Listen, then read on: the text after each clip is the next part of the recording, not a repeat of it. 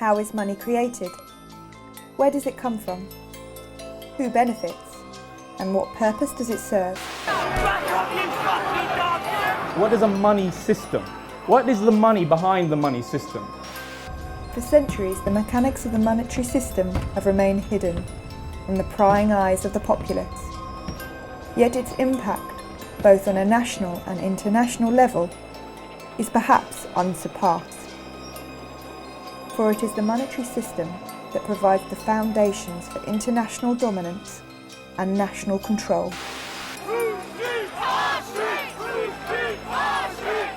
Today, as these very foundations are being shaken by crises, the need for open and honest dialogue on the future of the monetary system has never been greater. This economic crisis is like a cancer. If you just wait and wait thinking this is going to go away, just like a cancer, it's going to grow and it's going to be too late. What I would say to everybody is get prepared. This is not a time right now to wishful thinking the government is going to sort things out. The governments don't rule the world. Goldman Sachs rules the world. We're on the verge of a perfect storm. In opposition lie corrupt and entrenched interests that lurk in the corridors of power, for whom there are no reasons to relinquish privileges they feel are justly deserved. Has he got a reform plan for the NHS? No. Has he got a police reform plan? Has he got a plan to cut the deficit? Order! Miss Order! Order! Do you trust the government? Order! Try to calm down and behave like an adult. And if you can't, if it's beyond you, leave the chamber, get out, we'll manage without you. This is the Bank 606 feeding station. There's no coincidence that boom and bust started to become a real cyclical issue around about the 1700s when William Paterson founded the Bank of England. Eat her, now! This is intolerable behaviour as far as the public... No, it's not funny. Only in your mind is it funny. It's not funny at all. It's disgraceful.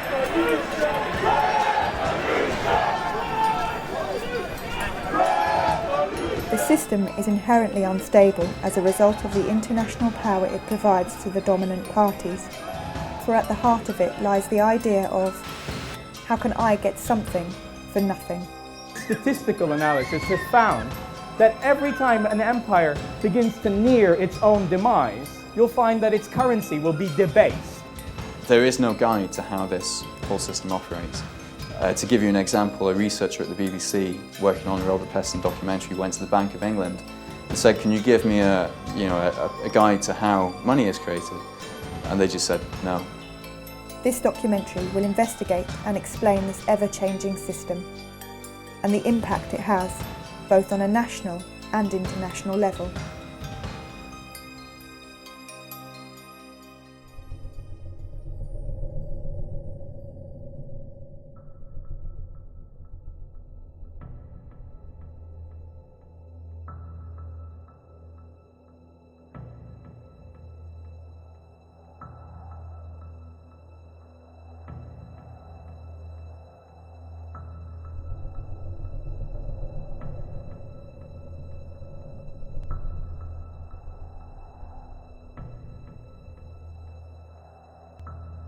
In 2010, the total UK money supply stood at £2.15 trillion. 2.6% of this total was physical cash, £53.5 billion.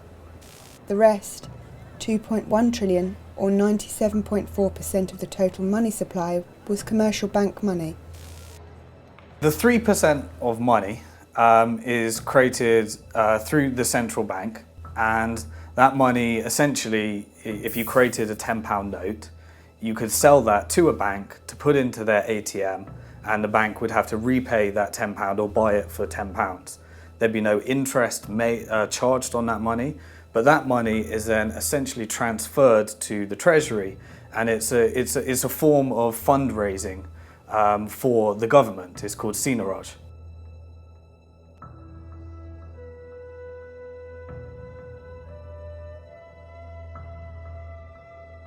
when the Bank of England creates a £10 note, it costed about 3 or 4 pence to actually print that note, and it sells it to the high street banks at face value, so at £10. And the profit, the difference between printing the note and actually selling it for £10, goes directly to the Treasury. So in effect, all the profit that we get on creating physical money, banknotes, goes to the Treasury, and it reduces how much taxes we have to pay. Over the last 10 years, that's raised about £18 billion. In 1948, notes and coins constituted 17% of the total money supply. This was one contributing factor in the government's ability to finance post-war reconstruction. This included the establishment of the NHS. In only 60 years, notes and coins have shrunk to less than 3%.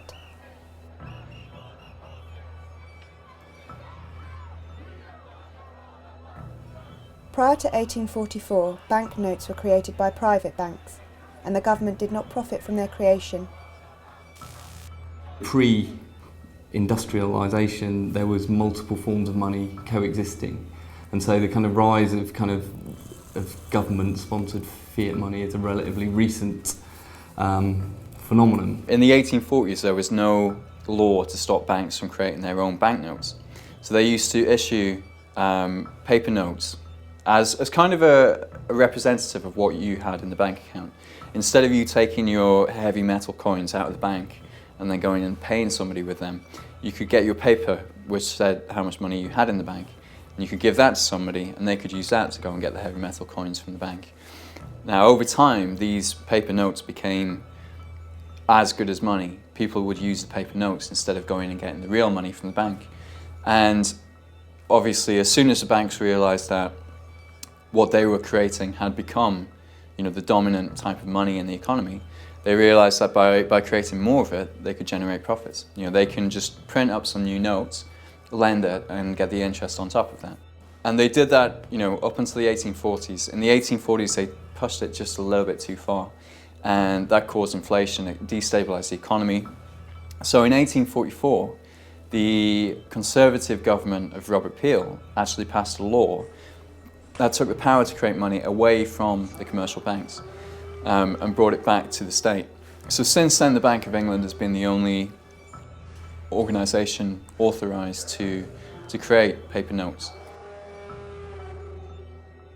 Since then, everything's gone digital, and what we now use as money is the digital numbers that commercial banks can create out of nothing.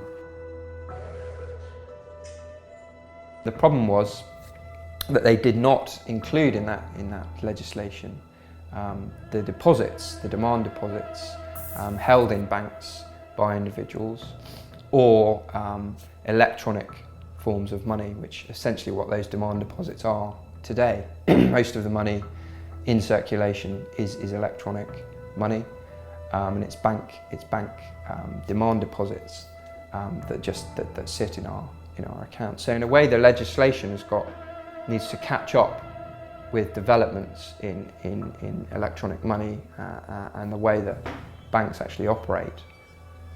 Money held in bank accounts are called demand deposits. This is an accounting term the banks use when they create credit. Banks follow the same process when they create loans.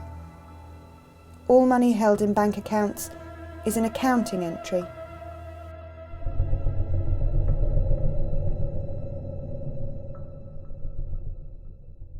The reality is now that most money is not paper and it's not metal coins, it's digital. It's just numbers in a computer system. It's your Visa debit card, it's your electronic, ATM card. It's plastic, It's numbers in a computer system. You move money from one computer system to another. It's all a big database.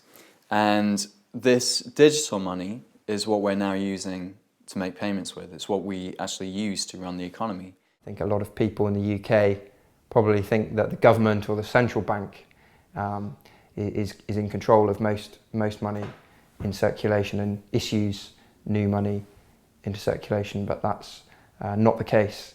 It's private banks that create the vast majority of new money in circulation and also decide how it's allocated. The official terminology for this accounting entry is commercial bank money. When banks issue loans to the public, they create new commercial bank money. When a customer repays a loan, commercial bank money is destroyed. The banks keep the interest as profit.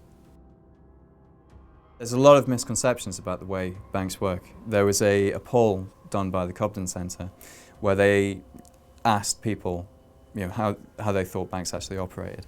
Around 30% of the public think that when you put your money into the bank, it just stays there and it's safe. And you can understand why, because every child has a piggy bank where you keep putting money in, and then when it's a rainy day you smash it and you take that money out and you spend it. So a lot of people keep this idea of banking, it's somewhere safe to keep your money so that it's there for whenever you need it. The other 60% of people assume that when you put your money in, that money's then being moved across to somebody who wants to borrow it. So you have a pensioner who keeps saving money her entire life, and then her life savings have been lent to some young people who want to buy a house. But actually banks don't work like that.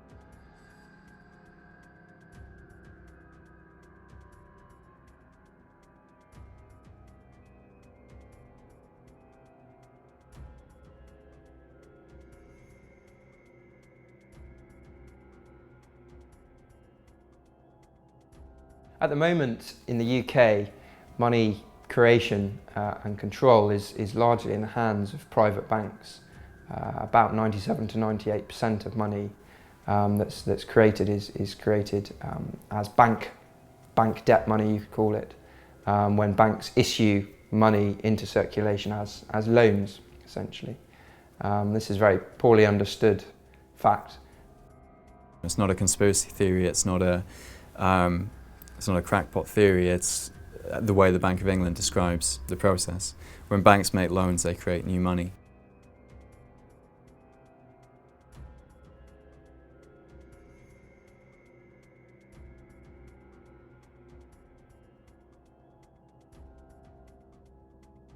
A few economists will realise the way the money system works, but if you don't realise the way that money works, then you think that everybody saving is going to work well for the economy. What really happens once you understand the way the money system works is that if everybody starts saving, the amount of money in the economy shrinks and we have a recession. So most economists don't have this full picture. They don't understand all elements of the system. They rely on assumptions, on received knowledge, without actually going into the details. And money is the center of the economy. If you don't understand where it comes from, who creates it, and when it gets created, then how can you understand the entire economy?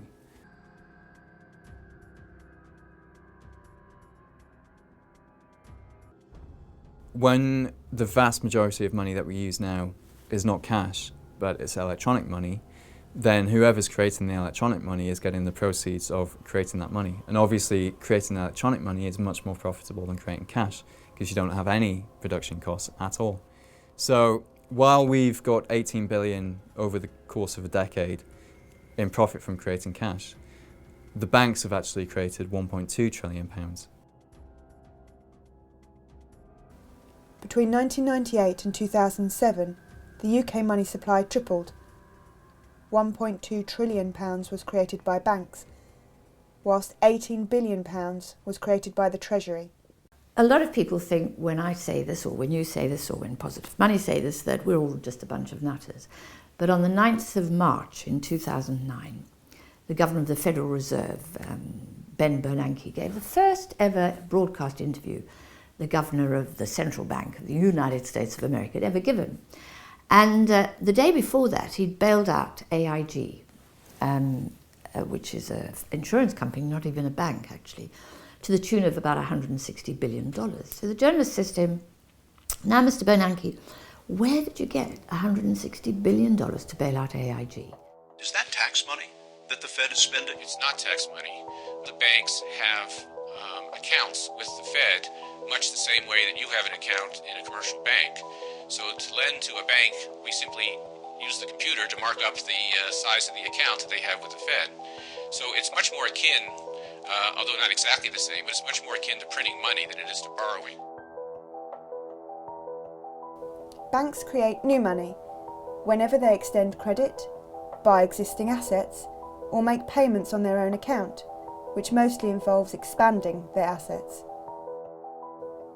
When a bank buys securities, such as a corporate or government bond, it adds the bond to its assets and increases the company's bank deposits by the corresponding amount. New commercial bank money enters circulation when people spend the credit that has been granted to them by banks. I found that talking on the doorstep from August last year round to August 2009 round to the general election, 9 months I suppose, knocking on doors, is that when you try to explain how the money system works, there's an almost inbuilt refusal of people to accept that such a bizarre situation could actually exist. No, it can't possibly. You know, what do you mean? It can't. Banks don't create money out of thin air. That's ridiculous. They can't do that. They lend out their depositors' money. Most people have an idea of how money is. They're used to their own way of handling money. And they try and implement their own idea of how their small household economy works into the national economy. And of course it just doesn't work out. It just doesn't work out at all.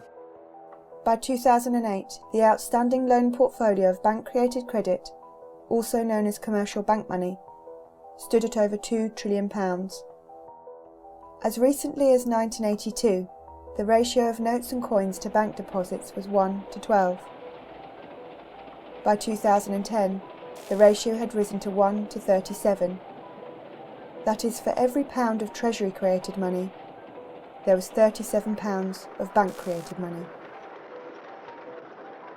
In the 10 years prior to the 2007 crisis, the UK commercial bank money supply expanded by between 7 to 10% every year.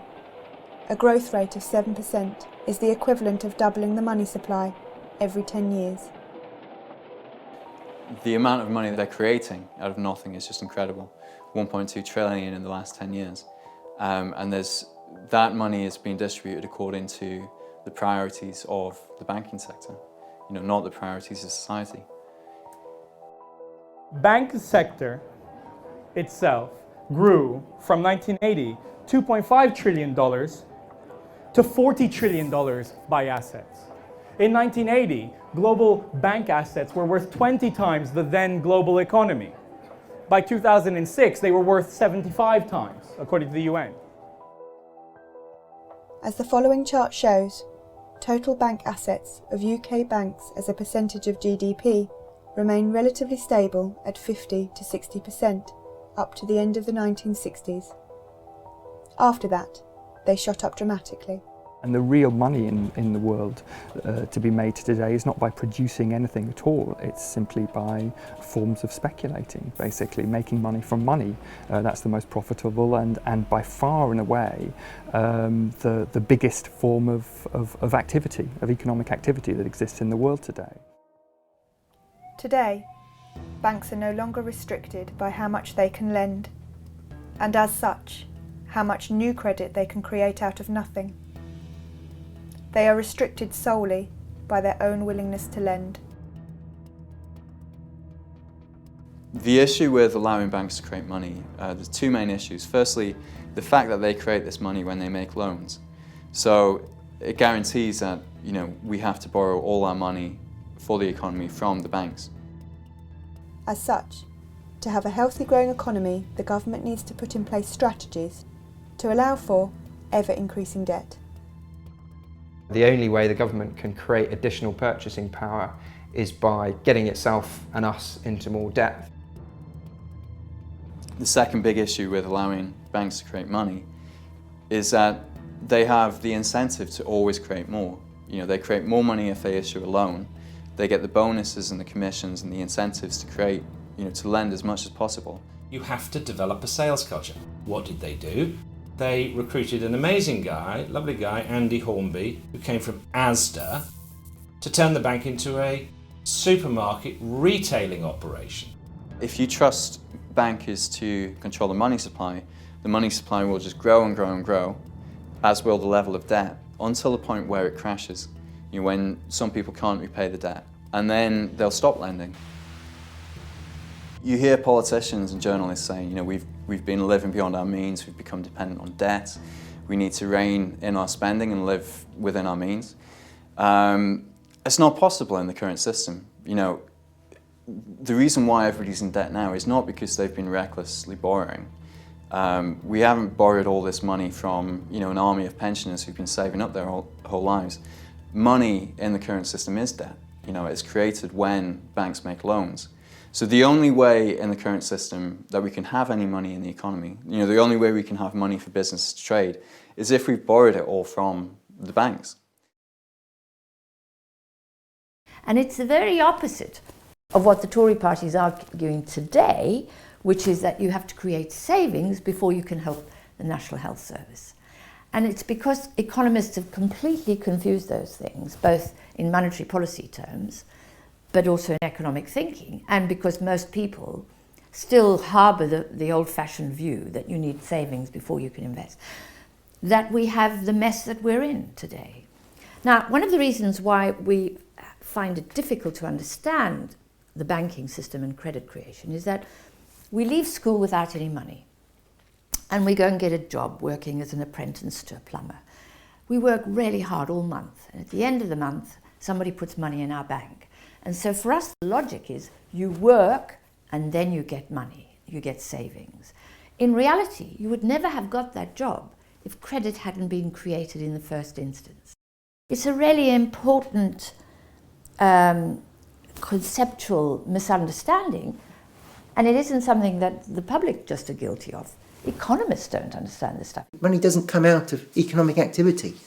A lot of people I've come across kind of assume that if you've got businesses and you've got people doing things, that somehow money emerges out of the process of people doing things, making things and growing things and selling things and producing things, that somehow money just emerges. It's not. It's like oil in a car. You have to put it in. When I see David Cameron talking about how we need an economy not based on debt, but we need an economy based on savings, he just doesn't know what he's saying. It's ridiculous. It's absolutely absurd, and it shows his complete lack of understanding of how our money system actually works. What he's essentially saying is that we need an economy with no money. If everyone was saving, we'd have mass disappearing of money, which is essentially what a bank write-off is. Essentially, is people defaulting on their debt, which essentially is just money disappearing.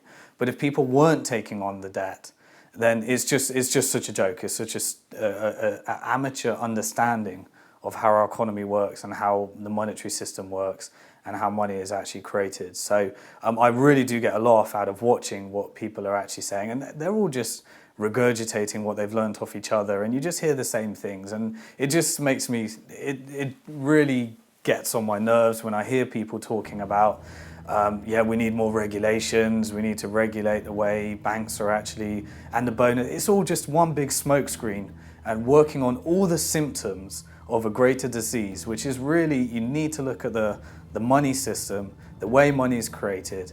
And if we don't want any debt, then we're essentially saying we don't want any money, and we want a moneyless economy with the exception of the 3% that's created debt-free. It's a paradox under the current system. If we as the public go into further debt, then that's going to put more money into the economy and we're going to have a boom. When you have a boom, it's easier to borrow, so people get into even more debt. And eventually, this cycle continues. It gets easier and easier to get into debt until some people get over-indebted and then, they default. They can't repay their mortgage. That's what happened it happened first in subprime America.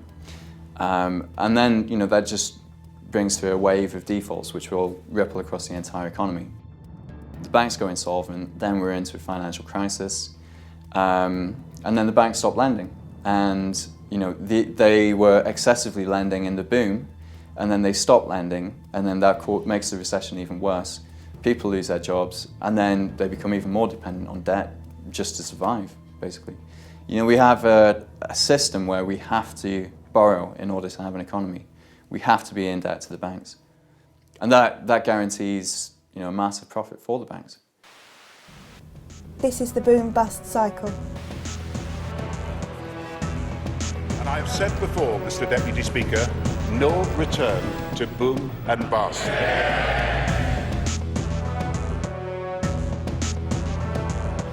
Net bank lending must forever increase.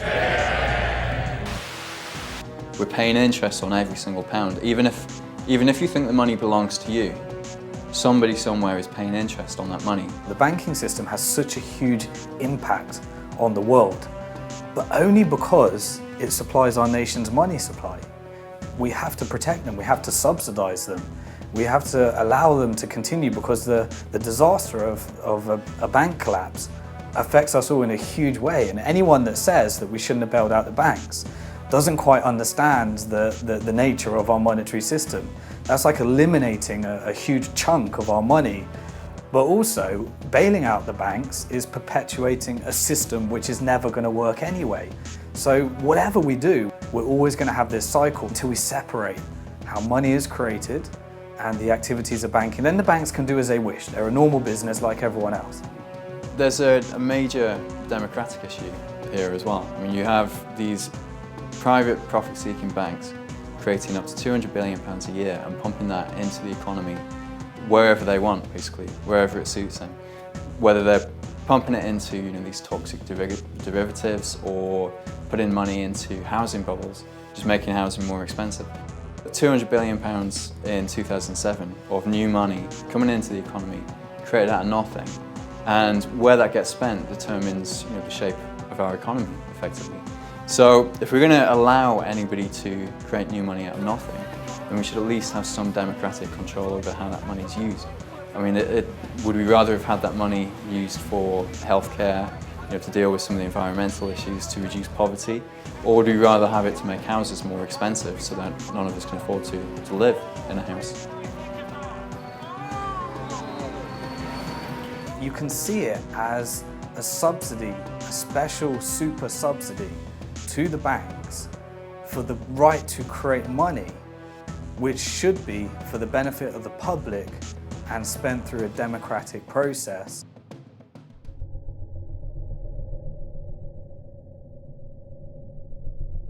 There's also another form of money, which is effectively an electronic version of cash. And it's a type of money that the commercial banks use themselves to make payments between each other. The high street banks don't want to be carrying around huge quantities of money because it's dangerous and it's inconvenient and it's expensive. You have to hire security guards for that type of money. So what they do is they pay each other in what is an electronic version of cash, which in the industry is known as central bank reserves. They keep this electronic cash in accounts at the Bank of England. But as a member of the public, you can't access this electronic cash. You can't get an account with the Bank of England. What they do is they effectively sell this central bank money to the banks. And they do this by creating it out of nothing and using this money to pay for bonds, to buy bonds from the high street banks. So the high street bank will come along with a bond, which is effectively government debt.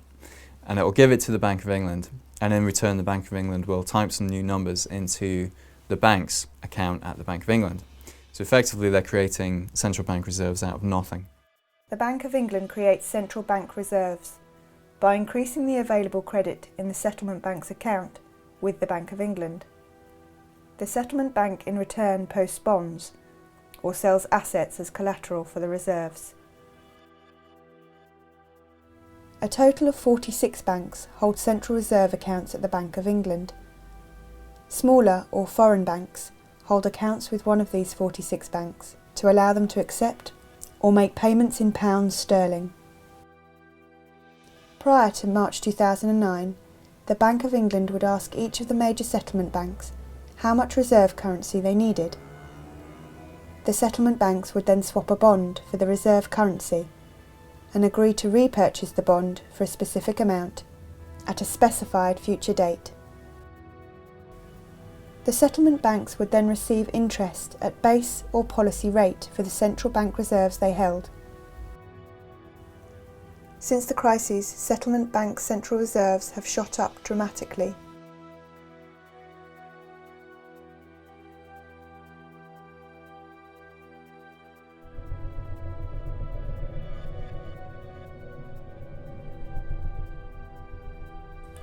When bank customers transfer funds from their account to another person's account, a process called intraday clearing occurs. The amount of Central Reserve currency Bank A has at the Bank of England is reduced by the corresponding amount that Bank B receives. This is the importance of Central Reserve currency to banks. Before the credit crisis, if a bank was short of central reserves at the Bank of England to meet its obligations, then the bank would have to loan reserves from other banks with interest.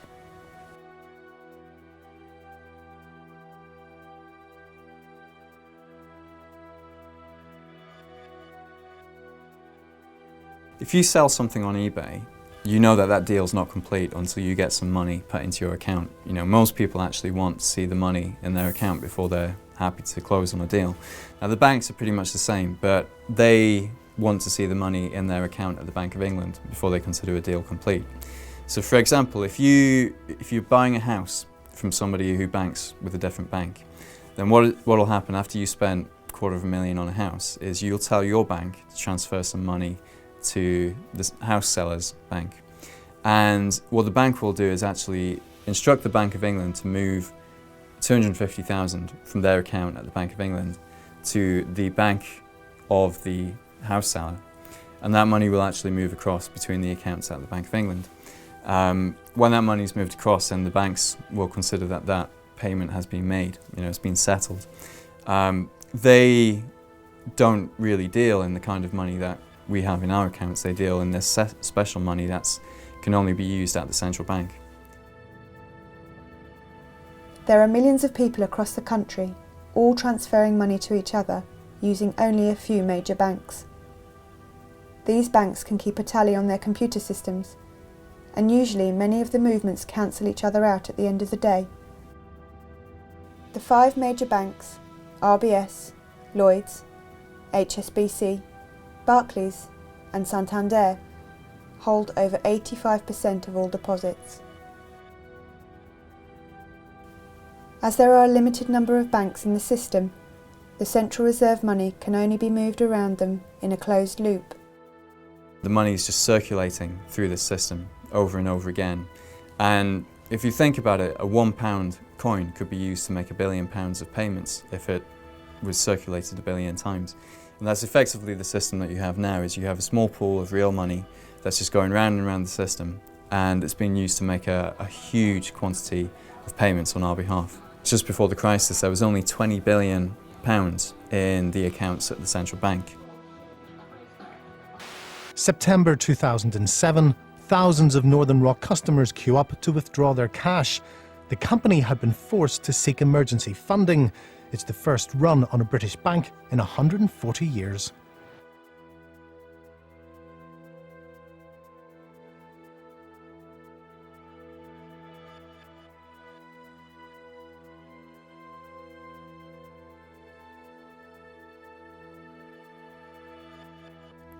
If they don't have enough of this central bank money, then effectively they can't make payments. And if that happens, then pretty quickly the entire system seizes up. So the Bank of England has the responsibility of making sure there's enough of this money in the system. The requirements for banks to hold a specific amount of reserves has changed many times since 1947. At that time, banks needed to hold a minimum ratio of 32% of reserves, cash, or treasury bonds to deposits. In 2006, the corridor system was introduced, in which banks could set their own reserve targets each month. The rules changed again in March 2009, when the Bank of England introduced quantitative easing. Quantitative easing, in effect, gives settlement banks the central reserve currency for free. The central reserve currency is what is referred to as the real money in the fractional reserve model. But the fact is, banks can have as much of this as they want, and central reserve currency itself is a form of fiat money, which is backed by nothing. As a consequence, there is no longer a meaningful fractional reserve.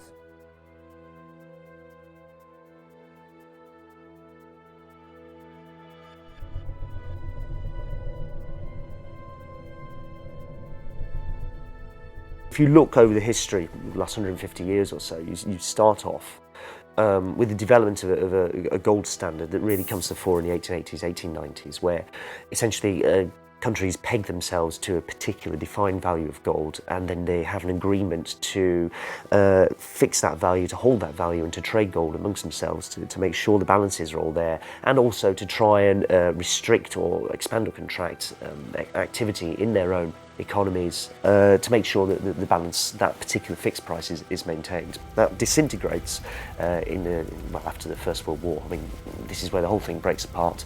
Very major dislocation in the international monetary system at that point, not really resolved until you get Bretton Woods agreements at the end of the Second World War, in which everything is pegged to the dollar and the dollar is pegged to the gold. So you're kind of one remove from gold backing, or saying that there is a definite, sort of solid commodity money behind the paper money and the credit money that we're all using over here. You're kind of one remove from it.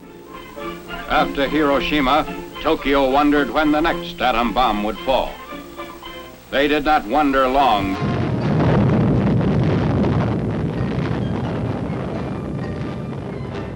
In 1944, at Bretton Woods, the US and the UK began to negotiate how to govern the world economy, the world monetary system, and came up with the World Bank and the IMF and a series of other institutions designed to manage the global currency.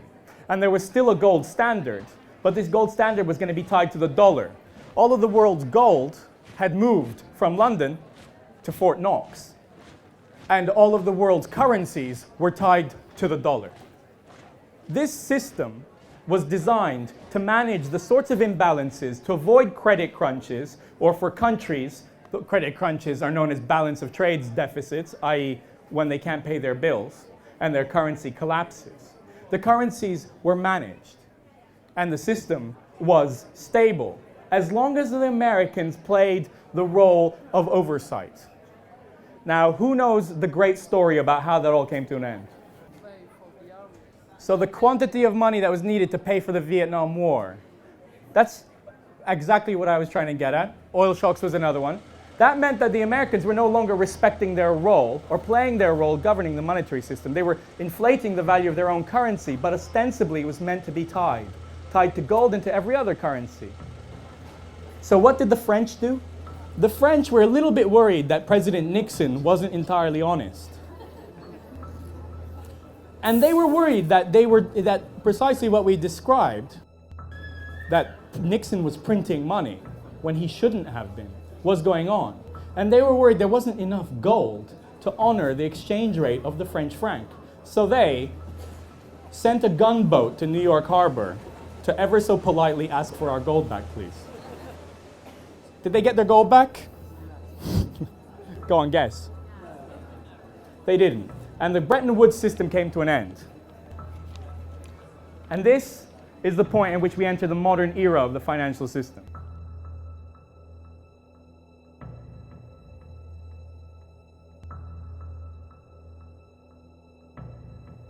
Historically, money creation was pegged to a commodity, often gold, but today it is pegged to nothing.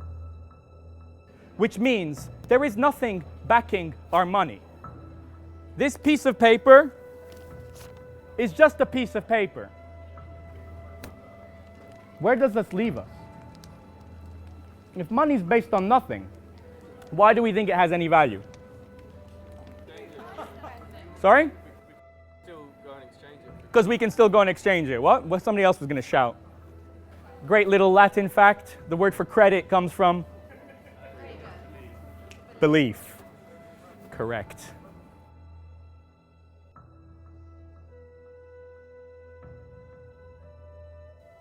Since the collapse of the dollar gold standard in 1971 and the deregulation of the financial system, money creation has grown exponentially. The World Economic Forum meeting in Davos at the present time have called on a need for the credit within the economy, the global economy, to be expanded by $100 trillion, 100 trillion US dollars, trillion is 12 noughts, so 100 trillion, if you want to imagine, is a 1 followed by 14 noughts. They believe this credit expansion will create a boom, because there is now more money in the economy with which to make investments. It's fascinating that the emergence of digital currencies, how it's transformed everything really, because it just completely unleashed private banks to dominate and create the money system that works for them and works for the people who run private banks. If we want a growing economy, under the current setup, we have to have growing debt. You can't, this is something that very, very few people really understand, especially not the politicians who are managing the economy, which is a scary thought.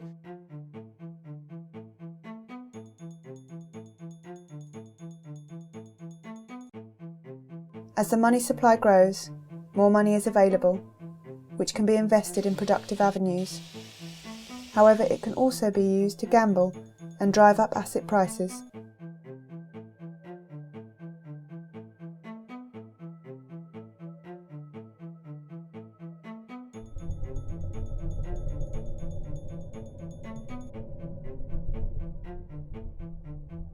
Inflation is a rise in the general level of prices of goods and services in an economy over a period of time. When the general price level rises, each unit of currency buys fewer goods and services. As the money supply grows and there is more currency available, more money is available for investment, which can lead to growth. But more money is also available for purchases of goods and speculation, which leads to inflation. Essentially, inflation is what happens when too much money is chasing too few goods and services. So there's too much money for the actual output of the economy. However, in practice, inflation is much more skewed and complicated. Measuring inflation is not a science, and the way it is recorded poses a dilemma. The Consumer Price Index, or CPI, is measured from a sample of goods and services. Each category of goods and services is given a weighing data, which determines the overall impact of the price data for a specific category. However, this measure is deemed to provide a consistently low figure for inflation. Interestingly, house prices, mortgage repayments, and council tax are excluded, yet apps and dating agency fees are included. The Retail Price Index, or RPI Inflation Index, is another way of measuring inflation and scores consistently higher values than the Consumer Price Index. Recently, many pension schemes have adjusted their annual payout increases from RPI to CPI. This is another cost-saving measure which will leave pensioners worse off in future. The CPI index of inflation is not geared towards providing an accurate picture of inflation and the deterioration in the purchasing power of money.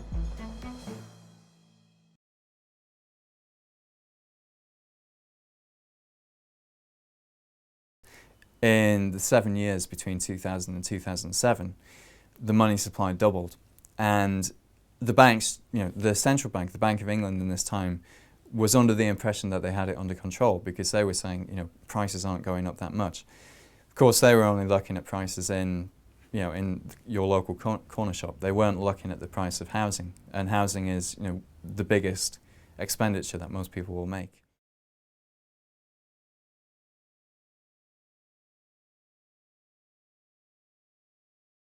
Increasing house prices, it may make you feel like you're becoming wealthier, but as your wealth increases, the effect is that your children's wealth is actually decreasing. So in fact, there's no net gain in wealth because your children are going to have to pay even more when they want to buy a house. So in effect, there's no kind of net increase. They're going to have to earn even more. They're going to have to go into even more debt. So the rising house prices do not create additional net GDP value to the economy. Actually what they do is they redistribute wealth towards those people who already have houses, i.e. wealthier people, and remove it from poorer people who can't afford to get on the housing ladder. So it's another example of a very regressive policy, actually, to allow house prices to simply inflate. It makes everybody feel kind of like things are going well, and people spend more money on other stuff. They take equity out of their houses, but it's not creating new jobs. It's not enhancing the quality of the economy. It's not helping our balance of trade. It's not helping the public deficit. It's a zero-sum game. As of August 2011, 85.5% of consumer bank lending was secured as mortgages on dwellings. If you have somebody creating money that can only be spent on one thing, which is housing, then the price of that thing is going to go up. Between 2000 and 2010, they created over £1 trillion of new money, £500 billion just in the 3 years before the crisis. That's why house prices went up the way they were. There's nothing, special about houses. It was just all this funny money being pumped into that market. If money is spent into the economy, into a lot of money goes into houses, for example, into mortgages, that's an increase in the amount of money in the economy without a corresponding increase in activity, in output, in GDP. It's non-GDP based spending.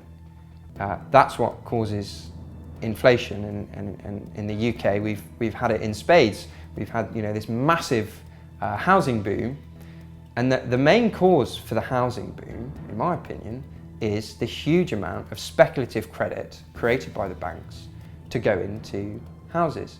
If houses were cheaper, they would be easier to build, more of them would be built.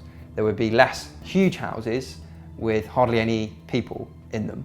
London would not be the centre of a kind of very rich speculative orgy where all the richest people in the world want to get a property in London because it's seen as a great asset. Houses would be seen as places to live primarily rather than places to invest.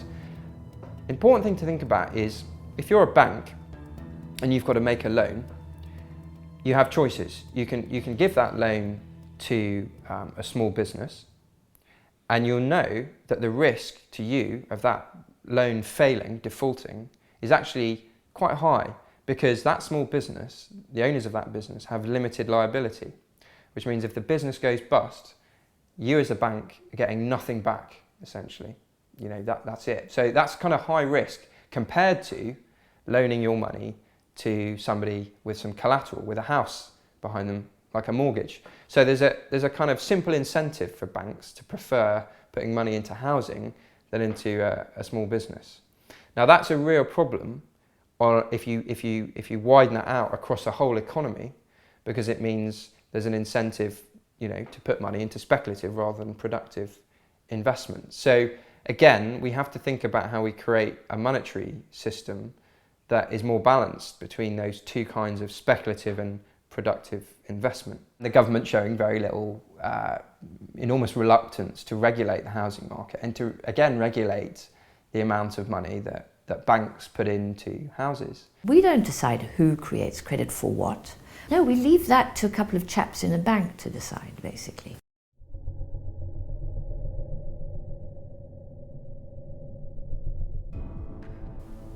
A bubble occurs when there is very high inflation in the price of a specific good or service over a short period of time. The idea of the tulips and their relevance is that we saw the first ever financial bubble and crash. The craze for tulips, black tulips being a mythical ideal of what somebody could genetically engineer through cultivation after many generations, became a mania in the Netherlands in the 1630s. What they didn't realize was that many of the very, very rare patterns on tulips were caused by a virus and weren't genetic at all. But they traded in them, to the extent that tulip bulbs got to the point where they were worth 10 times the average annual salary of a person working in the Netherlands. There was a futures market in tulip bulbs because obviously you plant them now, but you don't know what's going to come out the ground. So we see already 400 years ago that a money system or a financial system is not something that exists in the abstract, somewhere out there in the ether, but something that was to do with states, power, trade, and how they interact with each other. Unlike tulips, which are a disposable luxury, houses are both a necessity and a luxury, and as such they are ideal as a vehicle for money and bubble creation. A dwelling is perhaps the most prized possession of value most people aspire to. Inflating house prices in this way allows a nation to expand its money supply without affecting inflation data. The additional purchasing power created increases the perceived wealth in relation to other nations, and thus it creates relative power. It is a way of increasing monetary power without investing in the productive growth of industry. But certainly if you look at Britain and America as outstanding examples of this, these are countries with very high rates of private home ownership, so you've got a good base to try and perform this sort of policy off the back of.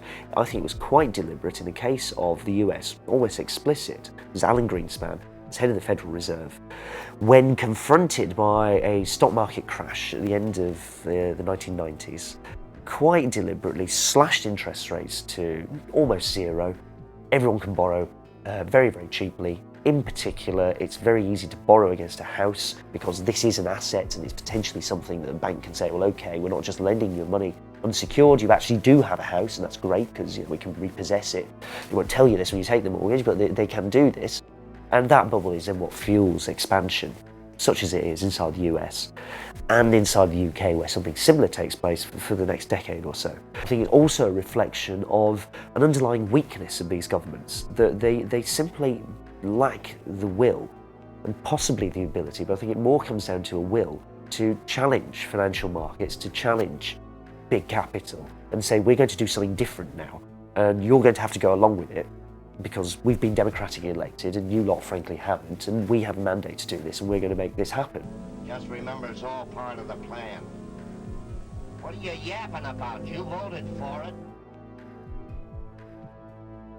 In Holland, or in the Netherlands, what we had over a period of trying to get independence initially from Spain and trying to raise money to get an army to free themselves was financial innovation. They innovated public lotteries to get money together. They had public subscription.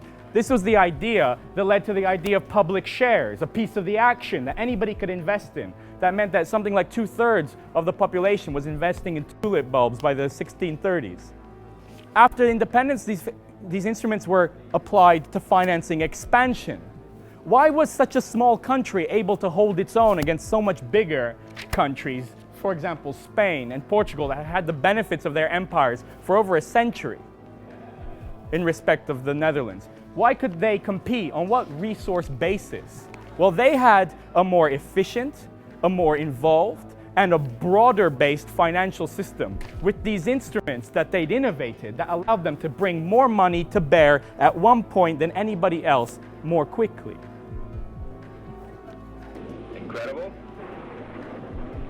but true.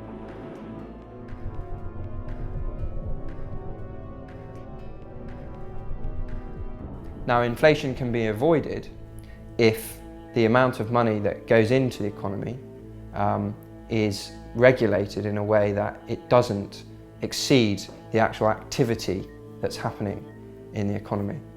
Now, the best way to do that, in my opinion, is to make sure that money is issued into the economy only for productive investment, for productive goods and services. So money goes in to help a small business start up, which creates jobs, which creates additional purchasing power, which means there's no inflation. During their history, almost all central banks have employed forms of direct credit regulation. The central bank would determine desired nominal GDP growth, then calculate the necessary amount of credit creation to achieve this, and then allocate this credit creation both across the various banks and type of banks and across industrial sectors. Unproductive credit was suppressed. Thus, it was difficult or impossible to obtain bank credit for large-scale, purely speculative transactions, such as today's large-scale bank funding, to hedge funds. The World Bank recognised in a 1993 study that this mechanism of intervention in credit allocation was at the core of the East Asian economic miracle. There's all sorts of things that governments have done in the past, very successfully in a number of cases, and often not unsuccessfully in this country, but the examples that spring to mind, like South Korea, Japan, often in East Asia, where governments have been quite targeted about how they're going to rebalance the economy and picking sectors and deciding where the investment should take place. I think that has to start happening in the UK because we're in a demand side recession rather than looking at a crisis of supply. You have to have a system where credit is put into productive avenues, where credit is put into building high-speed rail links, where credit is put into building houses rather than giving people money to inflate the price of houses. So it's quite simple, really, in that way. The current system is simply set up not to do that, basically. The creation of money by private banks for non-productive usage causes real inflation, and as such it is a tax on the purchasing power of the medium of exchange.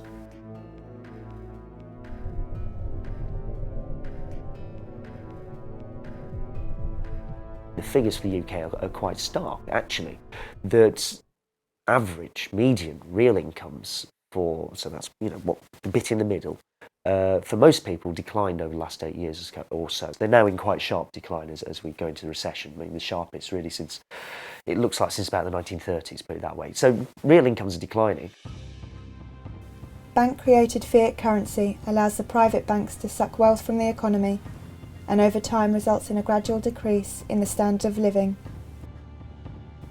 As people become poorer, they become even more dependent on debt. And this at a time when efficiency and machination have improved dramatically. You know, if you go back to the 1960s, and we were expected we were looking forward to an age of leisure. They were talking television programs saying, what's people going to do with all their spare time? You know, and now we've got more people working harder than ever, spending more than ever, which looks great. You know, everyone's spending more. Everyone says, oh yeah, but if you're not actually benefiting from what you're spending, if you're having to spend the money on childcare costs, on commuting costs, and so forth, the costs that people didn't in the past used to have to pay, because you could walk to work, and one member of the family was able to stay at home and be a permanent homemaker, then you're not actually any better off. Everyone's under such enormous pressures nowadays. I am conscious that, my 4 nephews and nieces are facing difficult times. She's going to find themselves having to work, very hard just to keep a roof over them, just to get a roof over them, just to keep a roof over their head. People are getting poorer in real terms. It's because prices are always going up, because all this new funny money is being pumped into the system by the banks, and they're creating it all as debt.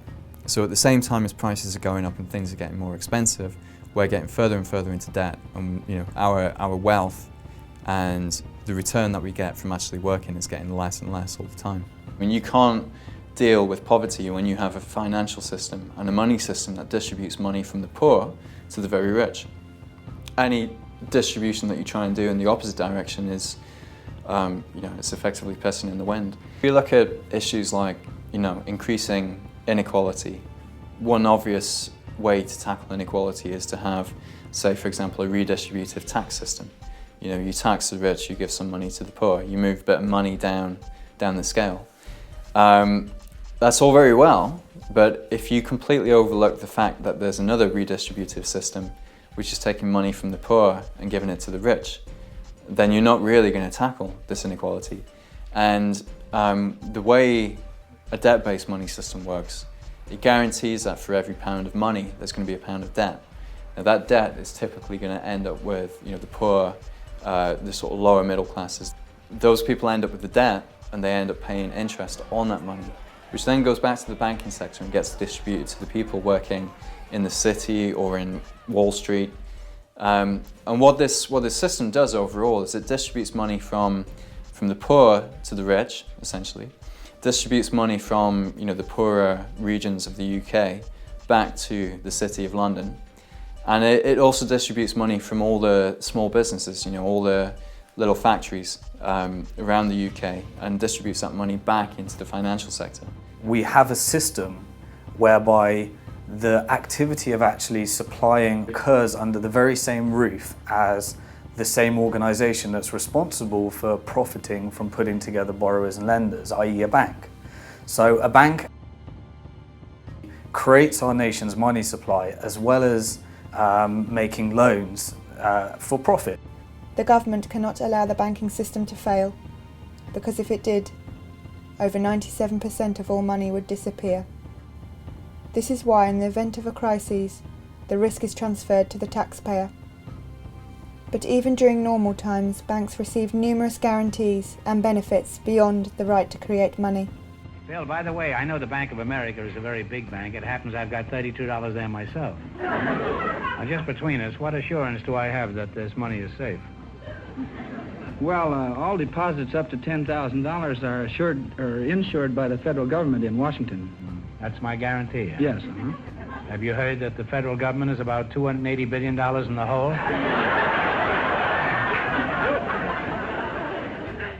Banks receive large safety nets from the government. The taxpayer guarantees £85,000 as deposit insurance, and the Bank of England provides liquidity insurance in case a bank runs out of reserve currency.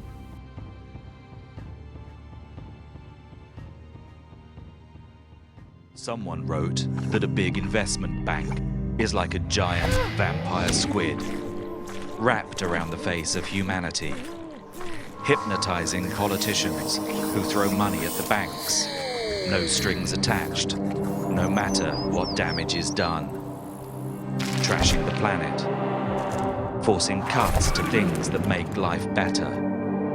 Goodbye schools, goodbye playgrounds, goodbye jobs.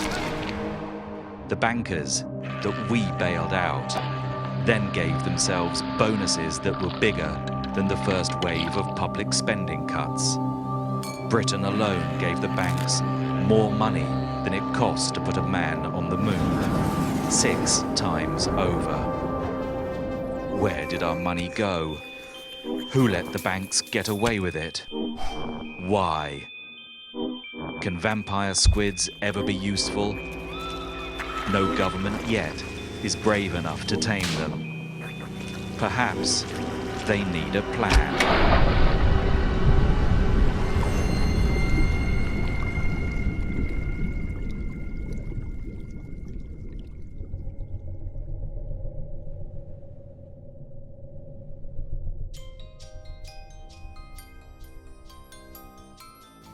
The Spending Cuts agenda is an attempt by the government to shift debt from its account to that of the public.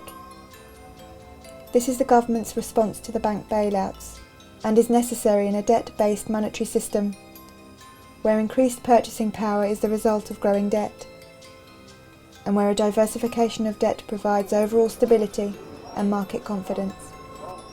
Policies such as student fee increases and the privatisation of public services, assets and industry follow the same model.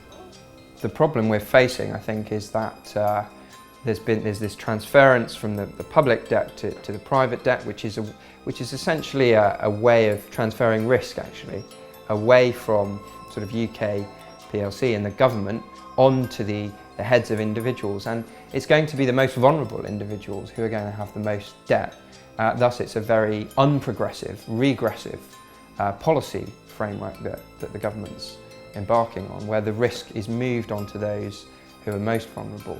And if there is another financial shock, if there's an oil shock, for example, the people who will pay the penalty are the poorest people in society. Or homeowners, for example, who will fall into negative equity if interest rates go up even 1 or 2%, there'll be really big problems. So I don't think it's a sensible way forward at the moment at all, and it's regressive, and it's certainly not fair in the terms that the government's talking about, and it's certainly not a case of we're in this together. As more of a country's resources and industries are privatised, the private sector takes on more debt, As a result, more money is created and there is a boom. Some private equity companies have taken this theory to the extreme, engaging in a practice known as a leveraged buyout, where a company is purchased at an often inflated price and the purchase price is transferred to the business as a debt. The company becomes responsible for the funding of its own purchase. These debts are often so great that the company needs to reduce staff, salaries, and research activities. When you have to factor interest as a business, if you have to factor interest repayment into your goods and services, then you have to charge a perpetually higher price as you take on more and more debt. An increase in the diversification of debt results in an increase in the money supply. When the money supply increases, more money is available for productive activities and consumption, which is the condition for a boom. It's questionable whether we're going to get out of this recession or whether we'll just keep ticking along the way that we are now. However, if we do, then when we come out of this recession, when growth starts again, look at what happens to debt. It will rise and it will keep rising, and the faster the economy is growing, the faster the debt will rise. And then give it another 3 to 5 years, we'll be back where we were. You know, the debt will become too much, people will start defaulting again.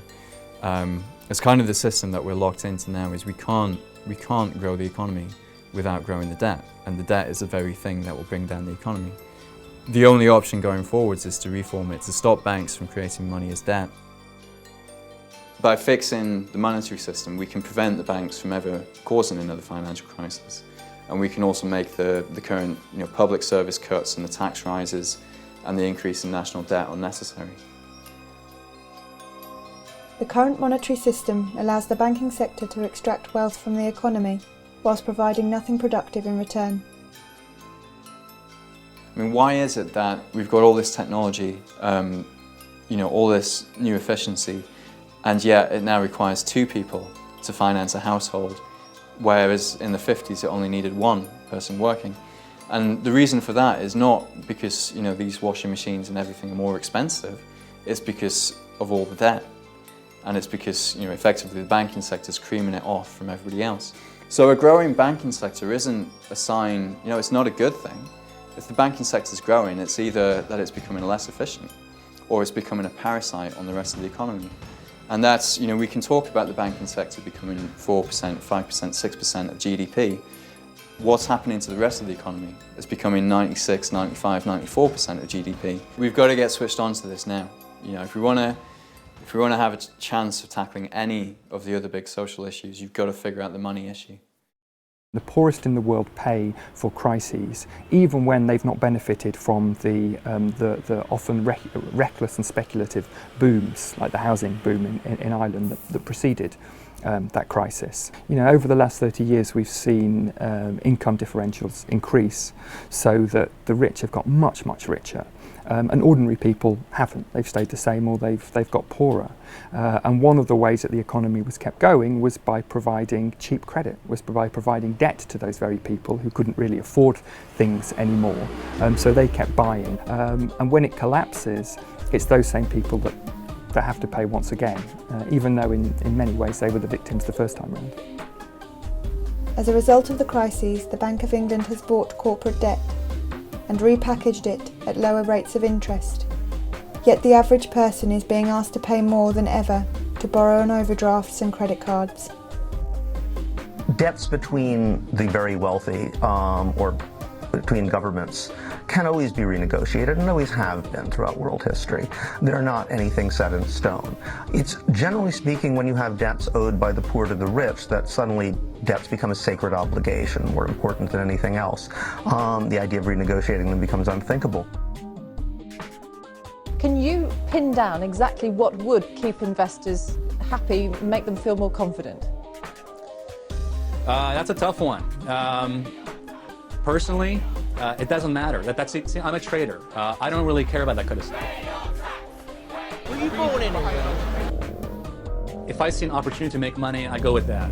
So, for most traders, we don't really care that much how they're going to fix the economy, how they're going to fix the whole situation. Our job is to make money from it. And personally, I've been dreaming of this moment for 3 years.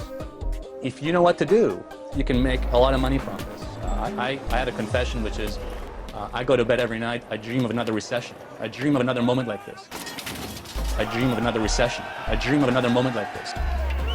You can make a lot of money from this. Bruno, Virginia hurt somebody real bad. You ought to hate her. The way in which you can look across Europe now and see that the new Prime Minister of Greece, not elected, essentially imposed, Papademos, former employee of Goldman Sachs, the new Prime Minister and Finance Minister of Italy, Mario Monti, former employee of Goldman Sachs, the new President of the European Central Bank, former employee of Goldman Sachs. It's quite, you know, you kind of see these people popping up absolutely everywhere. That's the way to change what we have. Take all power and all freedoms away from the people and collect everything into the hands of one small group with absolute power. From the people, without the people, against the people. What's been interesting out of all this, I suppose, is the question of democracy that's been opened up very starkly in Europe, that you have a government of bankers essentially imposed on you. It's bankers who more or less got us into this mess, to put it rather crudely, but that's a good first approximation to it. And then you say, okay, bankers are the people who are therefore going to get us out of it, and incidentally they're going to run your country now. There's a serious question of democracy that's opened up here. By the way, the banking crisis drove more than 100 million people back into poverty. The mortality statistics of people who go into poverty rise hugely for a whole range of reasons. So the banking crisis isn't just about becoming poorer, it was about killing people as well. And guess what? We haven't really got to the bottom of it. We never held anybody to account, and we haven't done the radical reforming job that we really needed to do, because we mistakenly thought if we destabilise the position any further, it'll make matters worse. And guess who took the decisions? All the people who were there in the first place. I think you ought to know that the business of one of these businessmen is murder.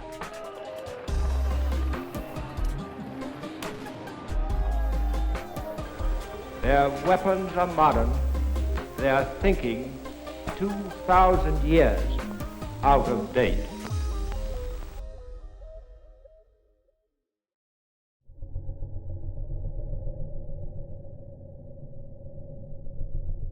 The way that money works and how we use it to do certain types of transactions can be really very important in terms of how over time it steers society in certain directions. So how I use money, what I use money for, and who's controlling money and where it ends up over time can completely transform society. The kinds of businesses that get preferred by certain types of money systems. So at the moment we have a money system that prefers larger businesses that can take a lot of their wealth offshore because that's more efficient for them to do that. But that means that money ends up leaving communities. Sometimes I think it's quite amazing that there is very little way of any individual directing money towards their locality. You cannot invest, there's no way for me to actually say, well, I've got a little bit of savings, I want to invest in Norwich, I want to invest in businesses that want to set up here. There's no mechanism for people to kind of invest within their locality. You put your money into a mainstream bank and the money goes off to wherever. Who knows what this is? Shout. Bricks and pound. Who knows what it is? It's worth £1, this one, so it's exchangeable for £1 Is this money? Yes. On what basis? People accept it. There's over 200 shops, independent traders. So it represented something, like we've agreed. We can choose to represent it to be something, and that depends on our mutual consent.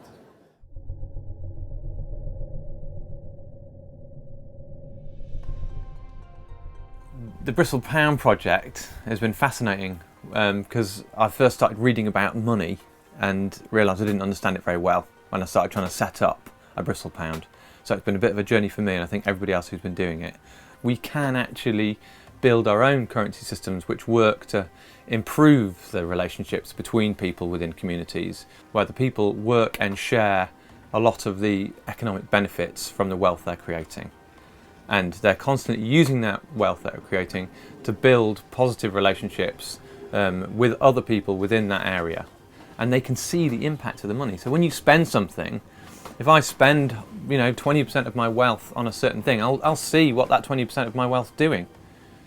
I'll see, oh well, it's actually having a really positive effect because those people who are using that money to go and do something else, which is really good. Or I can see that it's actually trashing the local woodland because I was paying that carpenter to go and cut down all the woods, and I really like going to the woods with my dog, so actually maybe I don't want to do that. So you can include all what normally just get brushed aside as externalities. Oh yes, well, externalities are actually our life. It's what we, in communities, all those externalities are what actually make us live a good life, I think. We want it to help achieve certain things. We want it to help build community. We want it to support independent businesses. We want it to help preference them over big transnational corporations, because if they've got hold of their money and they can use it with each other, then it doesn't disappear up out of large management structures and go offshore and end up in an account in the Cayman Islands. When we talk to businesses, actually, they get it pretty intuitively.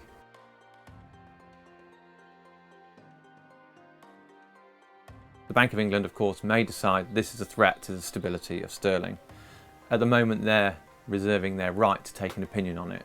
They've sent us all their rules and regulations, and what we've done is we've got a team of lawyers who've given loads of work pro bono and said, okay, we'll work on this and we'll make it as watertight as you possibly can. In the end, what the Bank of England decide to do, we don't know. You see a kind of widespread proliferation of alternatives. It's normally during periods of capitalist crisis. So the Great Depression, you had the kind of rise of a lot of scrip currencies, particularly in North America, and experiments in Europe as well, quite a lot. And most of those got extinguished through, basically being made illegal by the authority of the kind of central banks and the political forces deciding that they didn't want those experiments to carry on. This monopoly state bank currency that we have is very good at some things. It's very easy to trade internationally with it. It helps big businesses, it cuts down their transaction costs, but it's not so good for independent businesses and it's not so good for localities. So if we have a money system where the rules value community and connection between people within communities, over time you build up a better and more wealthy basis for a diverse local economy.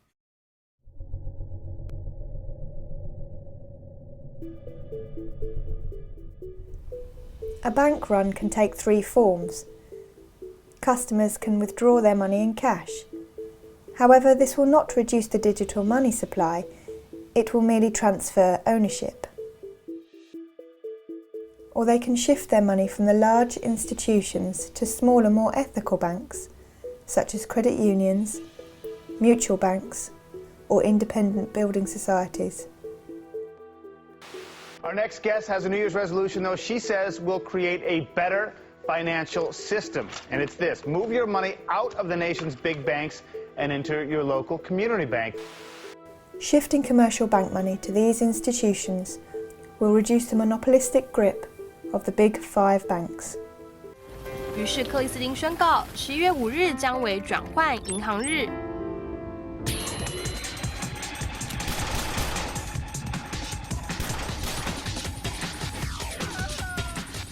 银行用户誓言在当天关闭他们的银行户头，并将存款存入信用合作社。The third type of bank run is the international bank run. According to at least one US senator, this is what caused the September 2008 meltdown. Look, I was there when the Secretary and the Chairman of the Federal Reserve came those days and talked with members of Congress about what was going on. It was about September 15th. Here's the facts, and we don't even talk about these things. On Thursday at about 11 o'clock in the morning, the Federal Reserve noticed a tremendous drawdown of money market accounts in the United States to the tune of $550 billion. was being drawn out in a matter of an hour or two. The Treasury opened up its window to help. They pumped $105 billion in the system and quickly realized that they could not stem the tide. We were having an electronic run on the banks. They decided to close the operation, close down the money accounts, and announce a guarantee of $250,000 per account so there wouldn't be further panic out there. And that's what actually happened. If they had not done that, their estimation was that by 2 o'clock that afternoon, $5.5 trillion would have been drawn out of the money market system of the United States, would have collapsed the entire economy of the United States, and within 24 hours the world economy would have collapsed. When money is withdrawn internationally from one currency to another, the reserve currency shifts from the national bank of one country to the reserve account of the foreign bank. Foreign banks have relationships with local banks that allow them to hold foreign reserve currencies whilst not being a part of the central bank scheme at the local central bank. For example, when £1,000 is transferred into euros, a UK bank will agree an exchange rate with a euro area bank, perhaps 1.15 euros to the pound. The UK bank will then transfer £1,000 of the central reserve currency to the UK partner bank of the European bank, whilst the European bank will transfer 1,150 euros of reserve currency to the European partner bank of the UK bank. What happens when currencies and the exchange rate system is no longer managed? What are some of the first consequences? Devaluations, speculation, imbalances, where some countries would accrue more and more and more. What? What would they accrue? Other currencies. Other currencies. The reserve currency needs to be spent in the country of origin, or exchanged into other currencies.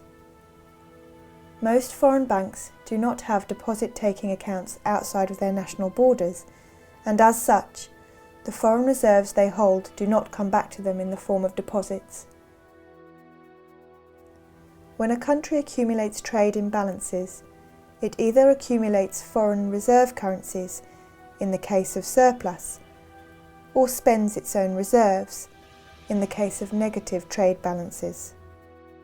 Balance of trade is basically the difference between what you're selling abroad and what you're buying from abroad. Now, the feature on the UK is that for a very long period of time it's had a deficit on something called a visible balance of trade, which is trade in things, well, things that you can see. So that is goods that you'd recognise, stuff you can put in containers, it's cars, computers, things that you'd see in a shop.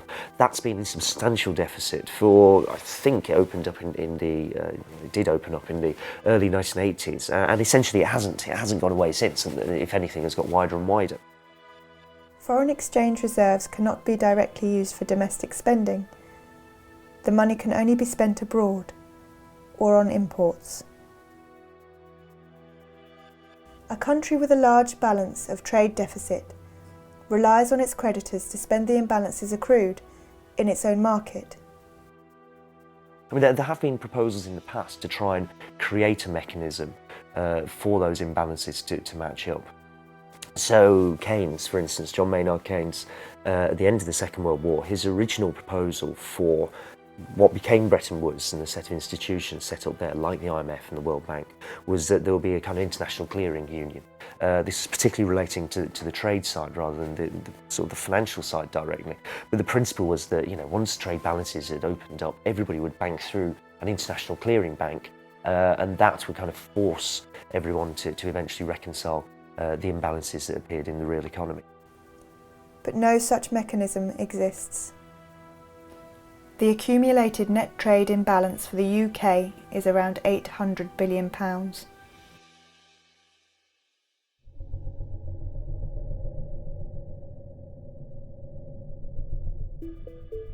In essence, what has happened is that over many years, some countries have had big trade surpluses and others big trade deficits.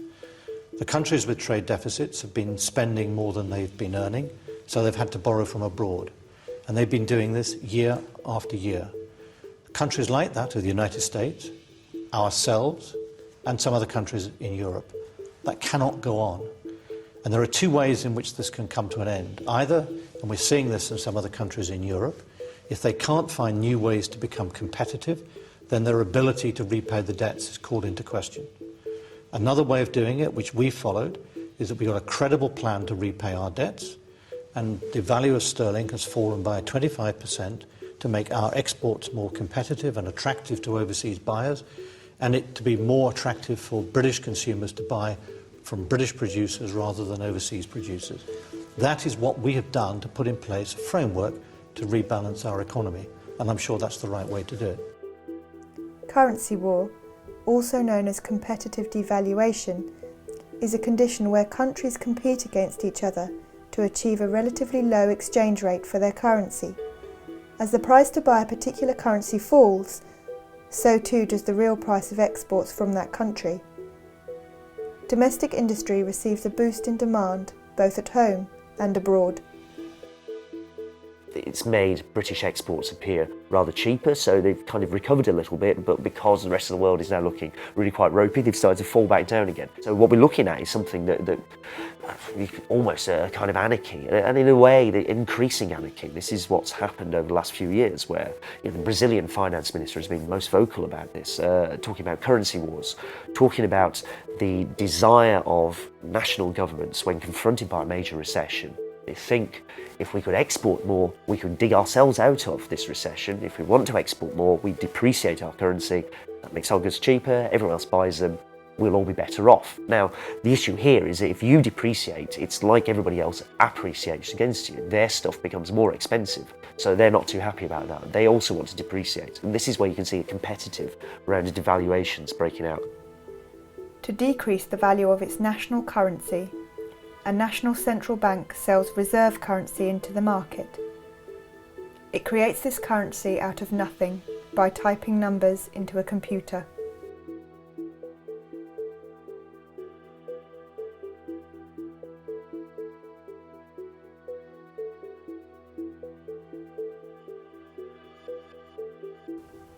During the long phase of commodity money, the exchange rate would depend on the amount of gold, silver, or copper contained in the coins of each country. Similarly, after the advent of paper money and the gold standard, the exchange rate depended on the amount of gold a government promised to pay the holder of the banknotes. These amounts did not vary greatly in the short term, and as such, exchange rates between currencies were relatively stable. After the Second World War, currencies were pegged to the dollar, and the dollar was backed by gold. This system came to an end in 1971. So, we have a modern financial system where money is now chaotically organized. There is no exchange rate because there's no gold standard system to sustain.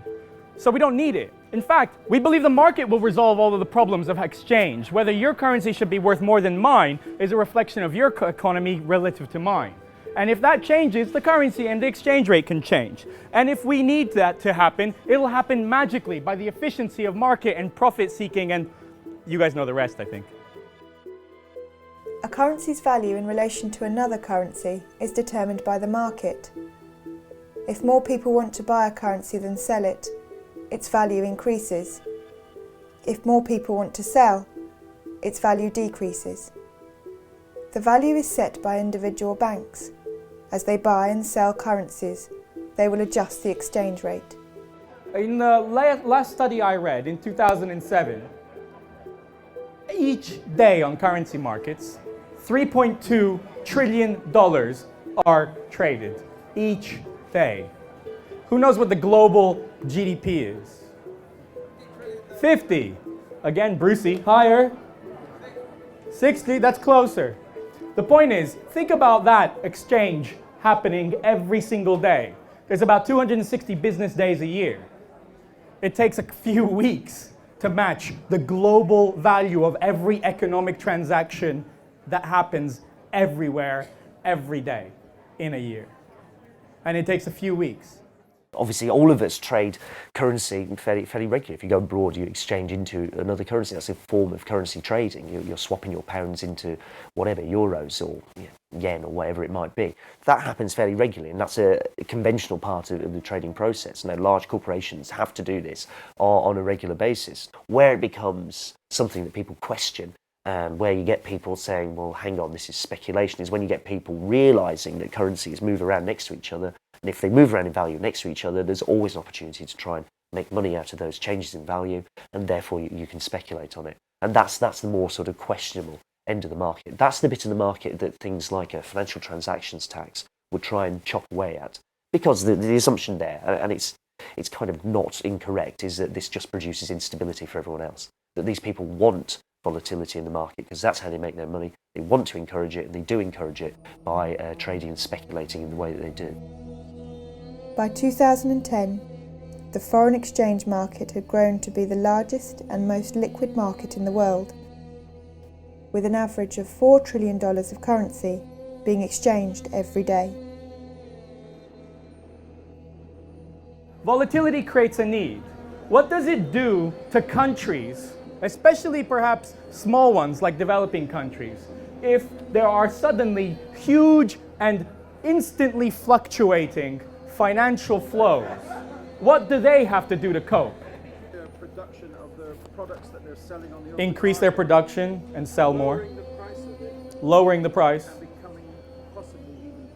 and becoming possibly even poorer. Once you start talking about the international system, it becomes really quite a peculiar thing, in that a lot of it depends on simply sentiment and beliefs about what an economy is like, rather more than it depends on anything the economy might or might not actually be doing. And that can shift very, very rapidly, because if it's just somebody's belief about a currency is supportable, then they can carry on believing this until whenever. If that belief changes, and can change very rapidly in a financial market, the process of financial contagion can take place in just minutes, seconds even, that you can just move from being apparently quite a stable, robust economy to being one that suddenly sentiment has turned against you, and you find that markets are picking on you. And it can often be not much more than you're simply a next door neighbour of a country that's currently in trouble. Many of the world's financial crises in the past 30 years have been caused by rapid withdrawals of the nation's currency or the currencies of an entire region. This type of activity is often referred to as financial warfare. It's benefited major institutions really quite substantially. Goldman Sachs, for example, or any large bank, has done somewhat better out of this set of arrangements than it would have done in a far more regulated environment. It's made people very, very wealthy. It's allowed financial markets to expand absolutely enormously. Anybody involved in that is keen on seeing a deregulated world. In the case of the UK, you have a government which has been quite overtly and deliberately and aggressively arguing against any forms of regulation being imposed on those financial markets. But it's not the case that someone's behind the scenes pulling the strings. It's that this is how the thing works, quite deliberately, quite overtly in front of you. That's the world as it is. It's making some people very rich. They're quite happy with it. I think it is a form of economic warfare. Much of the change in the way that the global economy works over the last 30 years result from this debt, this third world debt, because it's given rich countries and banks and the financial sector enormous amounts of power and control over the poorer bits of the world where a lot of the resources are that we like using. And that's been used in a way that many people have compared to a form of colonialism. I mean, it's a very real, direct form of power that's been used over those countries to force those countries to do what are really in the interests of the richest segments of the world that they do. And as a result of that, not only have corporations become absolutely, made huge amounts of profits and become absolutely enormous and all pervasive, but the financial sector has become even bigger than that. And the real money in the world to be made today is not by producing anything at all. It's simply by forms of speculating, basically making money from money. That's the most profitable and by far and away the biggest form of activity, of economic activity that exists in the world today. To protect themselves, vulnerable countries need to accrue currency from rich countries, who create these currencies out of nothing. The Netherlands' first Governor-General of Indonesia, the man who built the trade routes, fortified them. What I mean by that is built forts along them and fought Spanish fleets and British fleets, said about the development of the Netherlands Empire and Netherlands trade was, "We cannot make trade without war, nor war without trade." Money and power.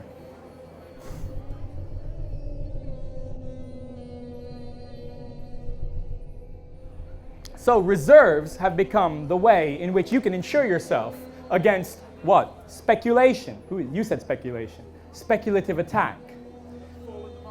Fall in the market. Bubbles.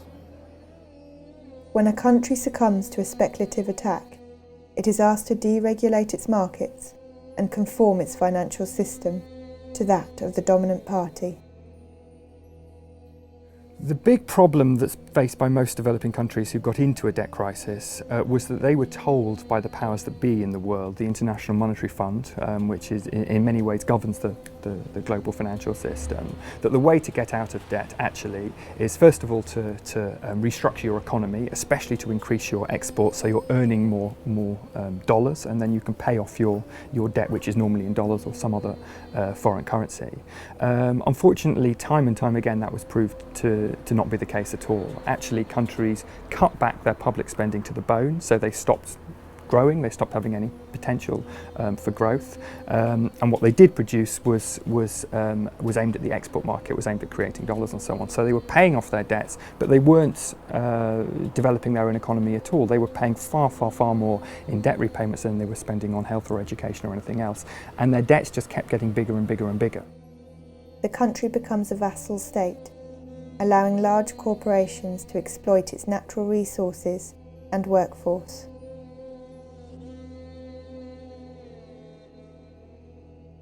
It's not even shadowy. There's no great mystery about what's happening here and about the way the world operates. It's quite blunt. I mean, for the last 30 years, you've got something pretty much everywhere, well, it certainly spreads pretty much everywhere, that generally gets labelled neoliberalism, this idea that you should have floating exchange rates, weak regulation, particularly of financial markets, minimal government interference or involvement with what market does, and that's more or less how the world operates. And then there are institutions, and the outstanding one at this point is the IMF, that will actively try and enforce this state of affairs. So it's not greatly shadowy, if you see what I mean, that there are people behind the scenes somewhere trying to manipulate stuff. It's actually, this is quite overt. This is happening, and this is how, for my entire adult life, actually, is the way it starts to look like. This is how the world is operated, and it's made some people very, very wealthy. It's produced enormous concentrations of wealth. So when the International Monetary Fund comes in order to try and alleviate a country's debt problems, it imposes a set of conditions. And in the 1980s and 90s, they called that set of conditions structural adjustment program. And it tends to take very similar forms wherever it happens. And indeed, we can see structural adjustment programs in essence happening today in countries like Greece and Portugal and Ireland, where countries are instructed to decrease the amount that they spend on the public sector. They are instructed to liberalise their trade market and liberalise their capital market, so money can much more easily come in and out of their economy. And the idea is that this will encourage investment to come in from richer parts of the world, and that all of their problems will be solved from this investment. And in actual fact, this has proved time and time again to be completely without foundation. In actual fact, what happens is it destroys fledgling industries and capacities in these developing countries, and developing countries become completely dependent on goods and services from developed countries and also from capital from developed countries. One of the things the International Monetary Fund is very keen on is telling countries to lower the taxes that should be paid by multinational corporations when they come and operate in a country, because then you'll encourage more multinational corporations to come in. Of course, what it also means is the profits that are made by those multinational corporations leave the country just as quickly, and the country itself doesn't benefit. And today you have many developing countries which have got almost no tax base. They've not developed a tax base at all, and so they're even more dependent on international capital markets, on the money markets, on creating debt. And that's why you have so many countries in the world that have really been robbed of their sovereignty. It's very difficult to see how democratic societies can evolve or function when actually a government is more dependent on the diktats of the International Monetary Fund and the money markets than it is on their own people.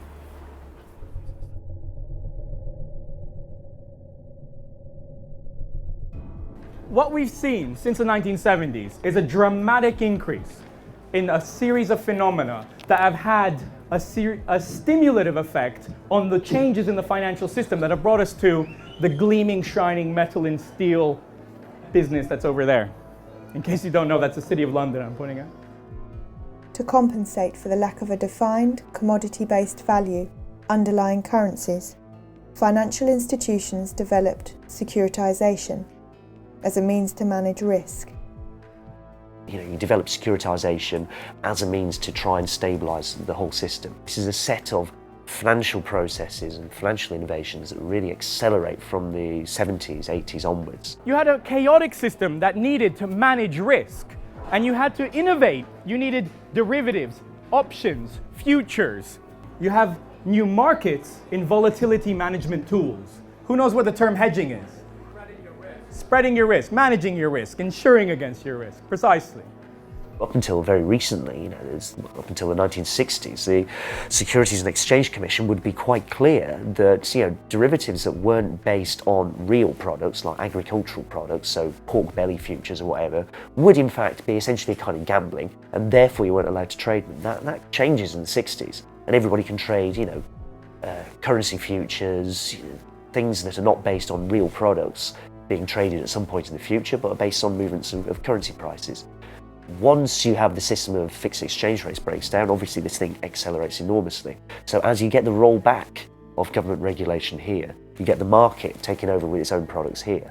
And the theory is that the market's better at regulating itself, it's more stable than if you have the government interfering all the time. The efficient markets hypothesis, the idea that you set up a financial market, they're fast, everybody in them is well informed, they all keep a very careful eye on what everyone else is doing, it will therefore be very stable and it will reflect real changes in the economy. It's not going to be driven by panics and manias and speculative bubbles. None of this really going to happen. If there is movement up and down, it's because something real is happening and traders and investors in the financial market are responding to it. So that's the efficient markets hypothesis. The practice, and I think what you see in 2008 is the kind of end of that process. The appearance of a crisis so major, the belief that it will simply be self-stabilising and self-regulating really can't carry on. I mean, the practice carries on anyway, but you can't really argue in the same way that you used to, that it's good or it's necessary or this is okay for the world.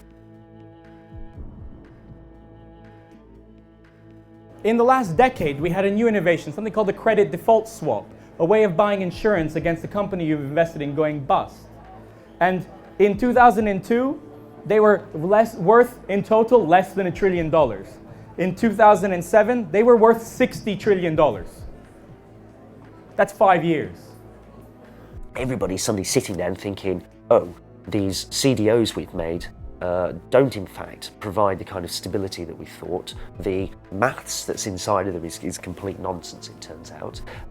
There's far more risk attached to trying to securitize risk and securitize debt in the way that we have done this than we thought, and we think these things are now worthless.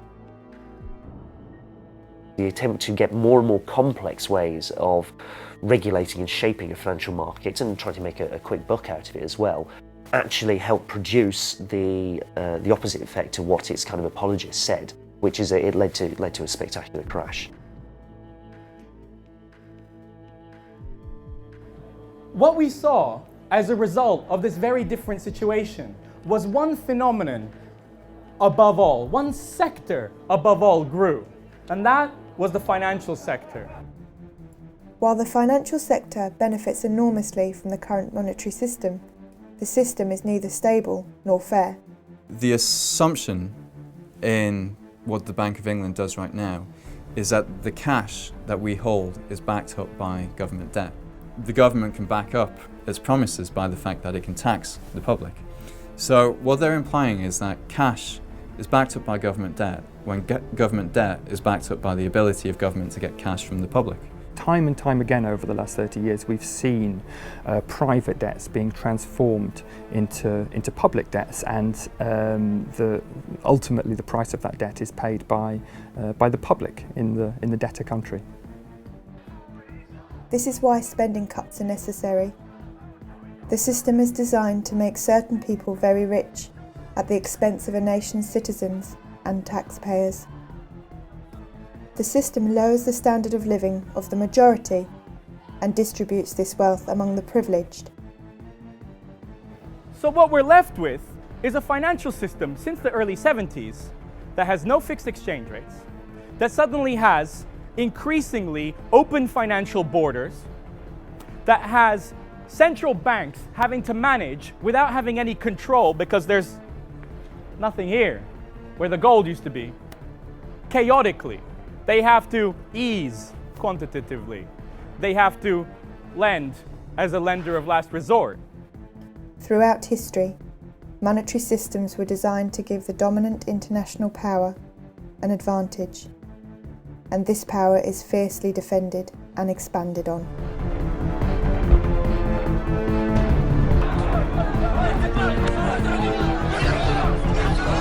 And they flee in terror from an incredible bogeyman. An American flag is burned at the height of the demonstration. Both President Johnson and Francisco Franco were vilified. A new low in public protest added strain on Spanish-American relations. Order in the court! Order in the court! I want Americans and all the world to know. Come on, fire! I want Americans and all the world to know. America has no regard for conventions of war or rules of morality. Fire!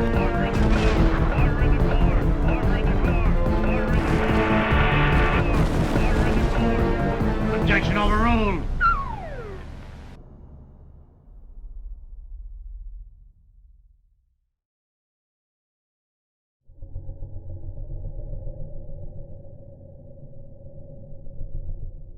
What I would like to see is a new kind of currency that is backed by something that is scarce and that we really need and we really value, something like energy or renewable energy, for example. So a sort of kilowatt-hour backed currency would be very interesting to me. We need to start valuing the things that are most scarce and that we need to survive as a human race in the long run, and backing an international currency with something like that will generate enormous investment in, for example, renewable energy, if that's the primary international unit of account that's being used. Another option is a basket of currencies, so you mix up the value of different currencies to create a very solid currency that people have confidence in. Perhaps even better would be a basket of commodities with which to back up international currencies. Now, if it was possible, internationally, some way or another, to get all these competing and increasingly competing national economies together and say, we're all going to sit down and write out an agreement, somewhat like the Bretton Woods Agreement, which will allow for, unlike Bretton Woods, allow for some currencies to be pegged against different baskets of goods that are more appropriate to their national economies. And you can sort of arrange this. If you could arrange that to happen, then that would be nice, and you can see how that would start to create a kind of order in the international macroeconomy, which is otherwise lacking. The real difficulty there is just political. It's like, who on earth is going to do this? Who is the force that's going to kind of make this thing happen? Creating a monetary system which is both fair and stable is possible and can be achieved. What are international organisations for, if not for such a purpose?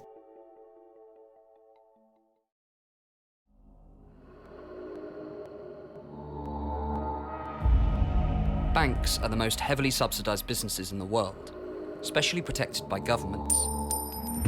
While the money runs out for the rest of us, the largest private banks still thrive. This is because they get the biggest subsidy of them all. The license to print money. Hard to believe? Martin Wolf, the chief economics editor at the Financial Times, said it recently. The essence of the contemporary monetary system is the creation of money out of nothing by private banks' often foolish lending. You heard that right. Private banks create money out of nothing. Then they loan it to us and ask for interest on top. If you've ever wondered why the bank buildings around the world soar higher than any palace or spire ever did, you now have the answer. But the banks don't simply print money using secret printing presses in their basements. They don't have to. Like so many other things these days, printing money has now gone digital. With the popular use of debit cards, electronic fund transfers and internet banking, only 3% of the money in the UK is now made of paper and metal coin. The other 97% is entirely in computers.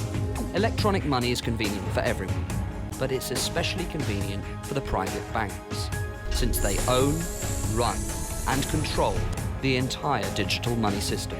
And what do they do with this special privilege? Do they channel new money, the blood supply of the nation, towards the things we need, like hospitals, schools, universities and public transport? Not if it doesn't make a profit for them. Instead, they use their license to print money to gamble on the financial markets and push house prices out of reach of ordinary people by pumping hundreds of billions of pounds into risky mortgages. This is exactly how the banks caused the financial crisis. And now the rest of us are being asked to pay for it. If we can't afford to run hospitals and build schools, can we really afford to subsidise the financial industry? Should we have to live with less so the bankers can have more? This is ludicrous, and it's time to put a stop to it. The private banks can't be trusted to hold the reins to our entire economy. We need to take away the bank's power to create money out of nothing. This will stop them from causing yet another financial meltdown and allow us to afford the crucial services that we as a society need.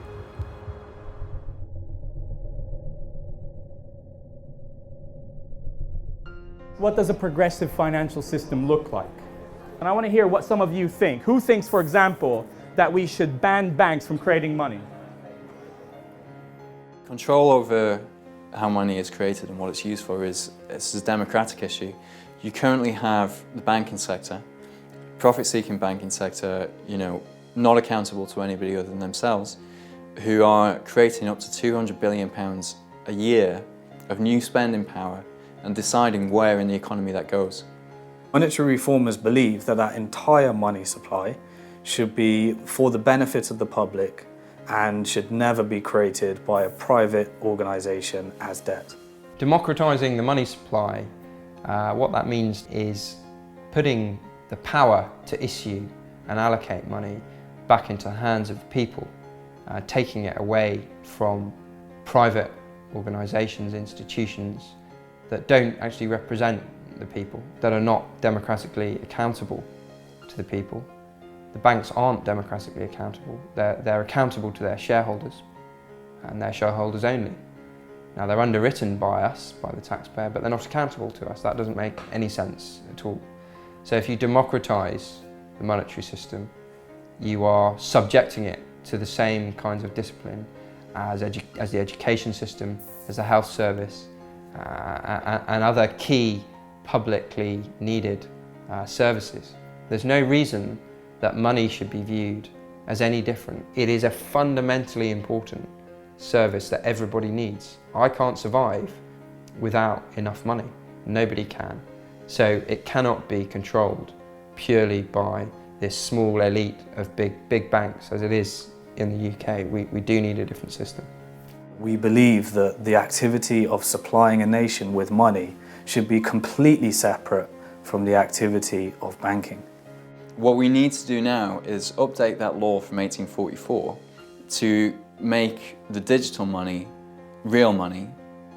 Real, it could be electronic money, but it needs to be classified as money. We just want banks to be like every other private organisation, private company in the economy, to be subject to market discipline. The problem is that now we're in this hybrid model where we have no control of how they spend the money, which creates our money, but also we're reliant on them to create our money. We're all constantly in debt. We'll be in debt pretty much for the rest of our lives, and the younger generations have it even worse than the older generations. I've just been reading a report from the United Nations Environment Programme, and they say we need $2 trillion a year. 2 trillion, can you imagine what 2 trillion is? It's a lot of money. A year to finance the greening of the economy, to move away from poisonous carbon, which is poisoning the atmosphere, to alternatives to carbon. When the banks collapsed in 2007-9, we found, according to the Bank of England, not me, the Bank of England tells me that we raised $14 trillion in a year to bail out the banks. So against that $2 trillion a year to bail out the ecosystem, is no big deal. This kind of model doesn't make any sense, either from an orthodox free market perspective, because these banks are monopolists, so effectively they monopolise credit creation, so they don't obey the rules of any kind of free market discipline, yet at the same time they're not producing socially or environmentally beneficial outcomes along any real kind of scale. All that money does is enable us to do what we can do. And once we get our heads around that, we can make money work for what we need. The power to create money is so powerful. You've got to be very concerned about who has that power. If it's somebody who's going to benefit from creating the money, then they're going to have the incentive to create more than the economy actually needs. The same would probably happen if you give that power to politicians. You can't trust a politician to be trying to please voters and to have power over creating money at the same time. It's a real conflict of interest. The only thing you really can do is to give it to somebody who has no conflict of interest, an independent, transparent, accountable body. Money could be allocated according to the needs and desires of the population. Systems could be put in place to allow for direct democratic allocation of funds, either wholly or partially. A framework and rules could be established to incorporate up-to-date economic theory into how much money should be created and for what types of purposes. The government would no longer be able to get access to large sums of money to pursue armed conflict if this was not sanctioned by the populace. We would be able to see exactly what they're doing with the power to create money. We'd be able to see how much they're creating and where that money is going. And that's pretty much the only way we can get control over the power to create money and stop it being abused. The Money Reform Party was established in 2005, just after the 2005 general election. The idea of the Money Reform Party was that we would have this basic core issue that people would agree with. They might disagree on other issues, that's fair enough. There are, different ways of going about it, but that was the idea, was to go for what you might call the lowest common denominator, to attract people with disparate views. Getting elected to Parliament is not the issue, it's getting the issue of money reform into the public domain, so that people will begin to talk about it.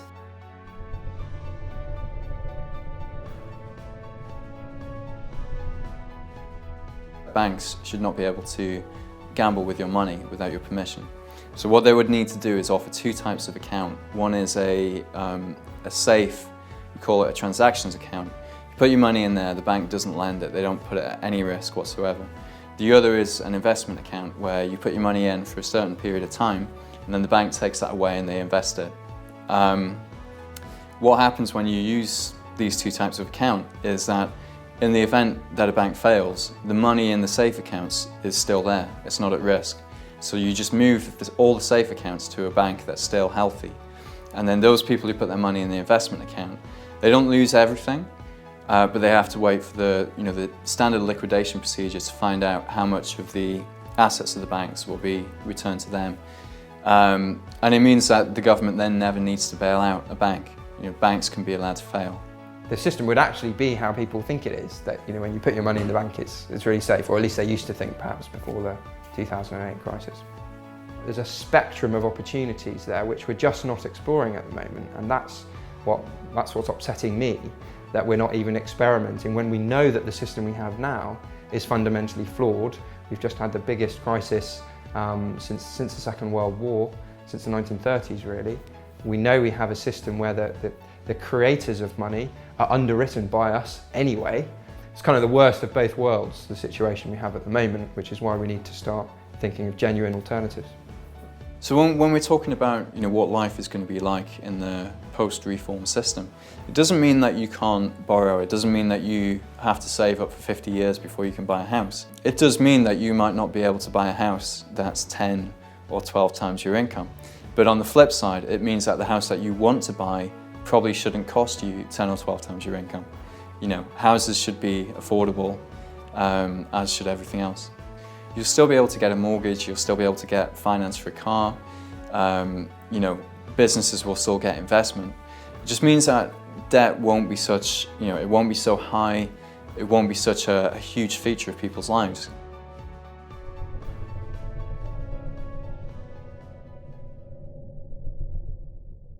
Person-to-person banking has been around for a while. It's essentially the eBay of banking, so it allows borrowers and lenders to be put together in a marketplace. Default rates at the largest peer-to-peer lender, Zupa, are 0.7%. Risk is minimised by pooling funds so that each investor's contribution to a specific loan remains minimal. There's a site which is about currency exchange, so again bypassing the kind of mainstream banking or currency exchange system and just doing it person to person. I think a lot of the interesting stuff that's going to happen around currencies and around money more generally is to do with the impact of the internet. My gut feeling is that we will see more and more of those types of systems. We will also see more and more applications and things using our phones that we would never have imagined. And I think we're only just at the beginning of that.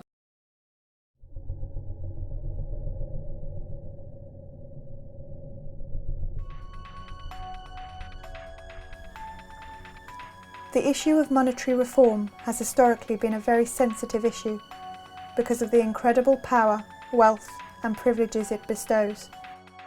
In an age where analytic thought and a scientific approach are held in such high esteem, there is no justifiable argument for keeping the mechanics and implications of the monetary process such a taboo subject.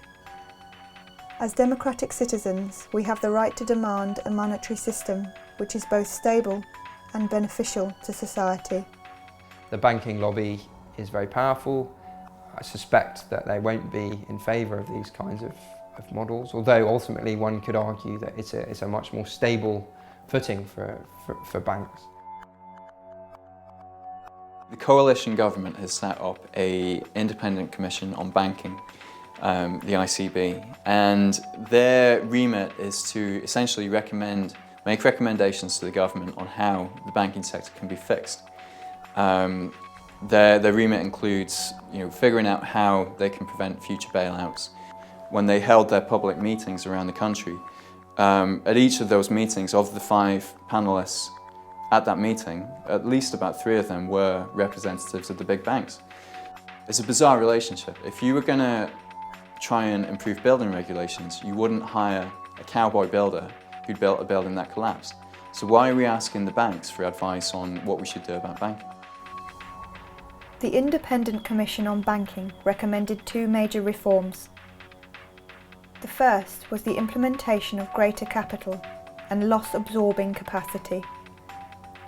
This in effect is complementary to Basel III and will not differentiate the UK banking system from the rest of Europe. The second recommendation was the ring-fencing of retail banks. Although portrayed as harsh to the banks, it can also be interpreted as a benefit, as retail banks will now have a lower capital requirement ratio than investment banks. There's this cosy relationship between government and the banks. In the middle of the crisis, I spoke to somebody who was working in the Treasury in the middle of the crisis, And he said pretty much every second person that you spoke to was working for one of the big banks. So when it comes to a decision about whether you let one of these toxic banks fail or whether you rescue it, what kind of decision are you going to get from, what kind of recommendation are you going to get from somebody who works in that bank? I've got a whole string of letters and cards from various politicians over the years. Really, you get letters which, in most cases, say nothing at all apart from "thank you very much."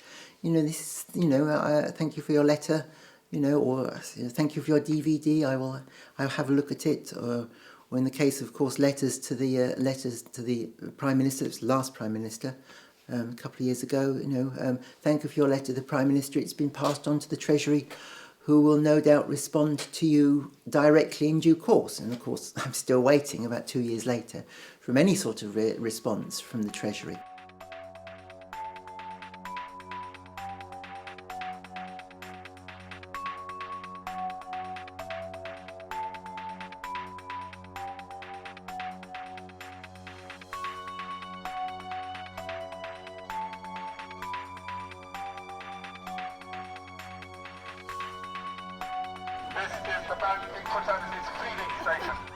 Banks' balance sheets are now 4 times GDP at £6 trillion. They are holding the public hostage. Their wealth has become so great through gaming the financial system that we are at a tipping point whereby a single bank could now take down the entire economy.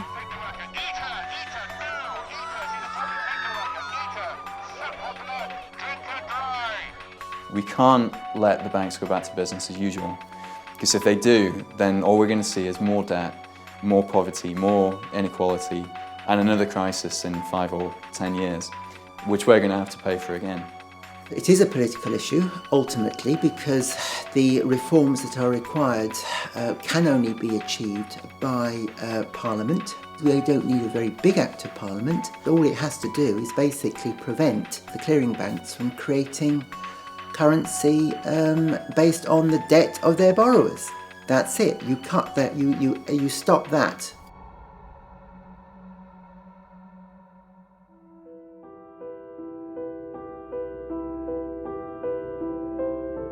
This is George. George worked in a big bank in the City of London. But one day, without warning, George's bank went bust. Luckily, the government rescued the bank and George kept his job. But the greedy government wanted something in return for their help. They demanded a higher tax on George's salary and bonus. For someone with a high-cost lifestyle like George, a shock like this can be devastating. Now George struggles to afford the rent on his riverside apartment in central London. The tyres on his Aston Martin are wearing thin and are barely road legal. Unless George's situation improves, or unless someone like you helps him, then George may even be forced to walk past the next Savile Row tailors and buy his suit from Topshop or Next. Even if George had anything to celebrate, he can no longer afford the champagne to celebrate with. George is not alone. Countless others are suffering like him, and no one knows how long it'll be until the good times return. But with your help, George can turn his life around. A simple monthly donation from you can bring a bit of sunshine back to George's life. Just £395 will help him celebrate minor achievements with a magnum of Cristal champagne. As little as £900 will help George buy a new set of tyres for his Aston Martin. £2,000 can help George recover his self-esteem with a suit from a prestigious Savile Row tailor. But even a small amount will help. Just £200 will buy a meal for George and his girlfriend Experience. Just £200 extra will buy the drinks. By adopting a banker, you won't just be supporting someone like George in a time of need. You'll also be supporting the trendy wine bars of the City of London, the luxury car makers of Italy, and the tailors of Savile Row. You'll be doing your patriotic duty to support Britain's greatest industry in its time of need.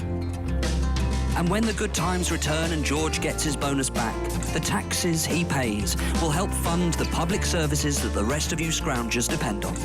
So please, until the good times return for George and those like him, will you give today?